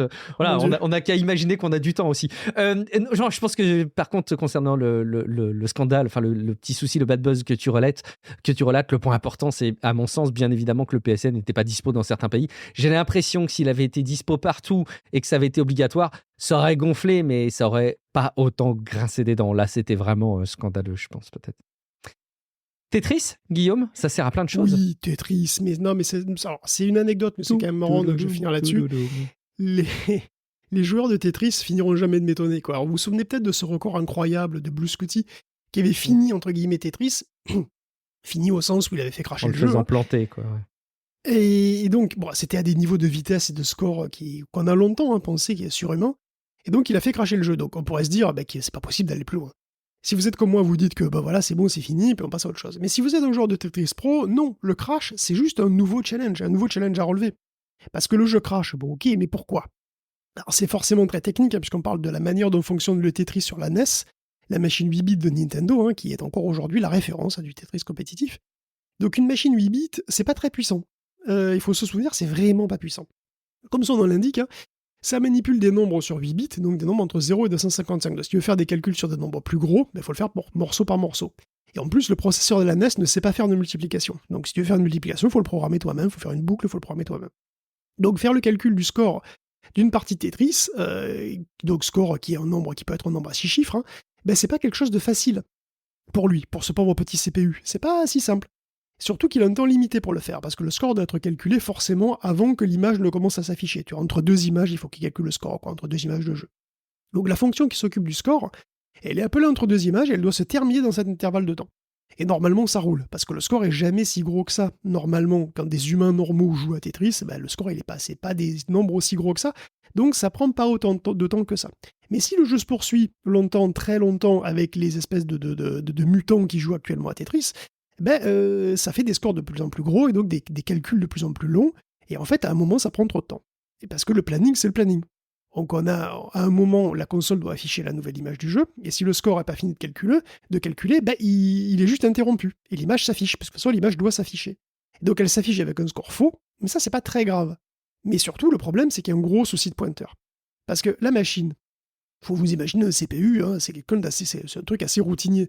Ça suit la liste des instructions du programme, et puis ça les repère avec leur adresse. Donc l'adresse, c'est des numéros, hein, donc en fait le CPU va de numéro en numéro, donc le CPU visite les adresses dans l'ordre, et puis il exécute les instructions qui habitent là, les unes après les autres. Et parfois il y a des sauts, donc ça peut être un test, ça peut être un appel de fonction, donc les instructions de la fonction habitent pas dans le même quartier. Donc on fait le voyage, et on va voir le code qu'il y a là-bas, dans l'autre quartier. Sauf que il faut bien en revenir. Donc un programme qui part en balade pour rendre visite à une fonction dans un autre quartier, en général, il note sur son calepin l'adresse d'où il est parti pour pouvoir revenir. Et ensuite, quand il a fini la visite de sa fonction, il regarde sur son calepin et puis il revient exactement là où il était, puis il continue comme ça les adresses. Le problème avec Tetris, c'est que comme le programme est interrompu de manière imprévue, inopinée, pendant la visite dans l'autre quartier, du coup, c'est inopiné, il a perdu son calepin. Il a perdu son adresse, il ne peut pas retrouver. Donc en gros, qu'est-ce qu'il fait? Il va se retrouver n'importe où dans la ville, quoi. Il est dans un quartier qu'il connaît pas, qui continue à se balader dans le quartier qu'il connaît pas, il est perdu. Et bon, comme il est perdu, mais bon, il fait comme d'hab, c'est-à-dire qu'il frappe à la première porte qu'il trouve, il essaye d'exécuter les instructions qui habitent là, et du coup, il fait n'importe quoi. Et ça se traduit très vite, pour nous, par un crash du jeu. Mais si tu sais où le programme se perd, et si tu insères à la main des instructions qui ont un sens, aux adresses où il va aller, il va les voir, il va les exécuter. Et puis il peut repartir faire son petit train-train pépère là où il faut. Donc savoir où est le programme, c'est possible. Parce qu'en fait, Tetris NES, c'est pas un programme qui est si complexe que ça, hein, pour les standards actuels surtout. Et puis sa ROM, elle est étudiée dans tous les sens depuis des décennies. Par contre, comment écrire des trucs dans la mémoire pendant que la console est dans le jeu? Là, c'est délire. C'est vraiment délire. Il s'avère que sur la Famicom c'est la NES version originale japonaise, il y a un adaptateur pour brancher des manettes externes, en plus des manettes attachées à la console. Et la zone mémoire qui est utilisée par les manettes quand tu branches les manettes là, c'est la même que celle où le programme se retrouve perdu. Du coup, en appuyant comme il faut sur les boutons de manette que tu branches donc exprès, tu peux forcer le programme à aller se balader encore dans un autre quartier de la mémoire. Et là, tu peux par exemple l'envoyer dans le quartier où les scores sont enregistrés, dans la zone de mémoire où les scores sont enregistrés. C'est génial. Et là, bingo, parce que le tableau des scores, il est modifiable par le joueur. Donc on peut y mettre son nom. Donc ça veut dire que c'est modifiable. Donc on peut écrire à la main, à la place de son nom, on écrit des codes incompréhensibles, incompréhensibles pour nous, hein, pauvres mortels, mais qui sont en fait des opcodes tout à fait clairs pour le CPU de la Famicom. Et donc en fait, ce qu'on fait, c'est qu'on écrit à la main un patch pour le programme dans le tableau des scores, directement en langage machine. Donc c'est vraiment incroyable. Et voilà, moi ça me fait marrer, évidemment, ça m'éclate, mais ce qui est vraiment intéressant, c'est qu'au-delà de l'anecdote Tetris, qui est complètement délire comme d'habitude, ce qui est super intéressant, c'est que c'est très général en fait ça. Et ça montre en réalité comment tu exploites une vulnérabilité du programme, comment tu injectes du code, comment tu profites de bugs, etc. Et on voit qu'on peut injecter du code dans un programme même pendant son exécution, ce qui a priori en principe n'est pas possible. Donc ça illustre pas mal de concepts comme ça, qui sont qui sont en fait assez classiques quoi, en sécurité informatique, tout ça, et c'est très intéressant, je trouve. Quelle ingéniosité, et effectivement, ça permet d'éduquer un petit peu à comment ça peut se passer. Merci. Je termine juste avec un petit mot, parce que la Switch 2, évidemment, vous allez voir plein d'articles en ce sens, est officielle. Évidemment, ce sont des titres qui abusent largement de la situation et de l'intérêt qu'on veut porter à cette future console. Simplement, c'est un message qui a été publié, officiel, de la part de Nintendo, qui dit qu'ils feront une annonce concernant la console qui succédera à la Nintendo Nintendo Switch au cours de cette année fiscale. Voilà, donc l'annonce, ça devrait arriver avant fin mars 2025. On a encore le temps, à mon avis, avant d'en savoir plus, mais en tout cas, il y a, quelle révélation, vraiment un successeur dans les tuyaux, et elle sera présentée d'ici, on va dire, 1 an officiellement. Ça vous donne des fenêtres de sortie. Merci beaucoup Guillaume pour la préparation de cet épisode et pour cet épisode de Tech Café où on a parlé, vous l'avez entendu, d'iPad, d'intelligence artificielle et d'autres sujets tech qui pour ne rien manquer de l'actualité du moment. Alors si jamais vous êtes encore en train d'écouter cet épisode, c'est qui vous a intéressé, qui vous a plu, qui vous a diverti. Et si jamais vous ne soutenez pas Tech Café sur Patreon, je ne peux que vous inviter à aller sur patreon.com/techcafé pour envisager un soutien. Vous savez à quel point ça peut être très important pour nous et ça permet de garantir aussi la présence de Tech Café dans le temps, comme c'est le cas maintenant depuis une dizaine d'années. Et puis, on compte sur vous aussi pour réagir sur le site techcafé.fr, pourquoi pas sur les réseaux sociaux, mais en tout cas, on aime aussi avoir vos retours sur le serveur Discord, techcafé.fr/Discord. Et puis, incroyable, en cette période de pont, on va peut-être avoir la possibilité de nous retrouver aussi individuellement, n'est-ce pas Guillaume? Où est-ce qu'on va pouvoir te retrouver ce week-end? Ce week-end, on va probablement me retrouver sur YouTube devant des vidéos de super play de Tetris, parce que ça m'a redonné envie et que c'est pas bien, il faut que j'arrête de regarder ça, c'est pas possible. Tu passes beaucoup trop de temps à ça, mais c'est pour le travail, Guillaume, c'est pour Tech Café. C'est toujours ce que je dis. Oui, c'est important. Quand je suis sur l'ordinateur, non, mais c'est pour le travail. C'est pour le travail, je travaille, oui. Je suis Guillaume Vendée, merci beaucoup pour votre fidélité. J'en profite, Guillaume, je ne peux pas m'empêcher de teaser le prochain épisode de Tech Café pour ne pas dérouter nos auditeurs, hein, on n'en dira pas beaucoup plus que ça, mais sur le fait qu'ils ne vont pas entendre ta voix, ils ne vont pas entendre ma voix, mais vous allez être entre d'excellentes mains ou plutôt accompagné d'excellentes voix. Je ne sais pas, Guillaume, si tu veux tout simplement qu'on n'en dise pas plus, ou si jamais tu veux témoigner de la démarche, ou si on reviendra dessus une fois que l'épisode aura été publié. Je pense qu'on va laisser la surprise peut-être. En supplément, on fera peut-être une sorte de, je sais pas, de making-of si vraiment bien. S'il y a des... Mais en fait, ça va aller vite, le making-of. Mais bon, disons que oui, c'est un épisode supplément très particulier. Et oui, effectivement, vous allez avoir une nouvelle voix et pour un épisode un petit peu spécial. Dont effectivement on pourra reparler dans un autre supplément plus tard s'il y a matière. Voilà, ne vous inquiétez pas, c'est pas un truc qui est destiné forcément à se répéter, quoique sauf si vous voulez. Sauf si éventuellement effectivement vous le voulez, mais bon, a priori c'est juste un one shot comme ça. Et j'espère que ça vous plaira. En tout cas, moi je me suis bien amusé. On espère en tout cas que vous allez accueillir positivement cet épisode. Merci beaucoup en tout cas pour votre fidélité. Si évidemment vous écoutiez cet épisode de Tech Café pour la première fois, abonnez-vous au podcast, c'est hyper important. Comme ça vous aurez justement cet épisode supplément, mais aussi tous les futurs épisodes qui seront publiés, qui arriveront automatiquement dans votre smartphone. De quoi passer d'excellents moments en notre compagnie. On sera ravis de vous y retrouver. En attendant, on vous souhaite une très belle continuation. Profitez bien du soleil si vous en avez la possibilité. On se dit rendez-vous dans quelques jours pour un prochain épisode de Tech Café. Ciao à toutes et à tous. Ciao à tous.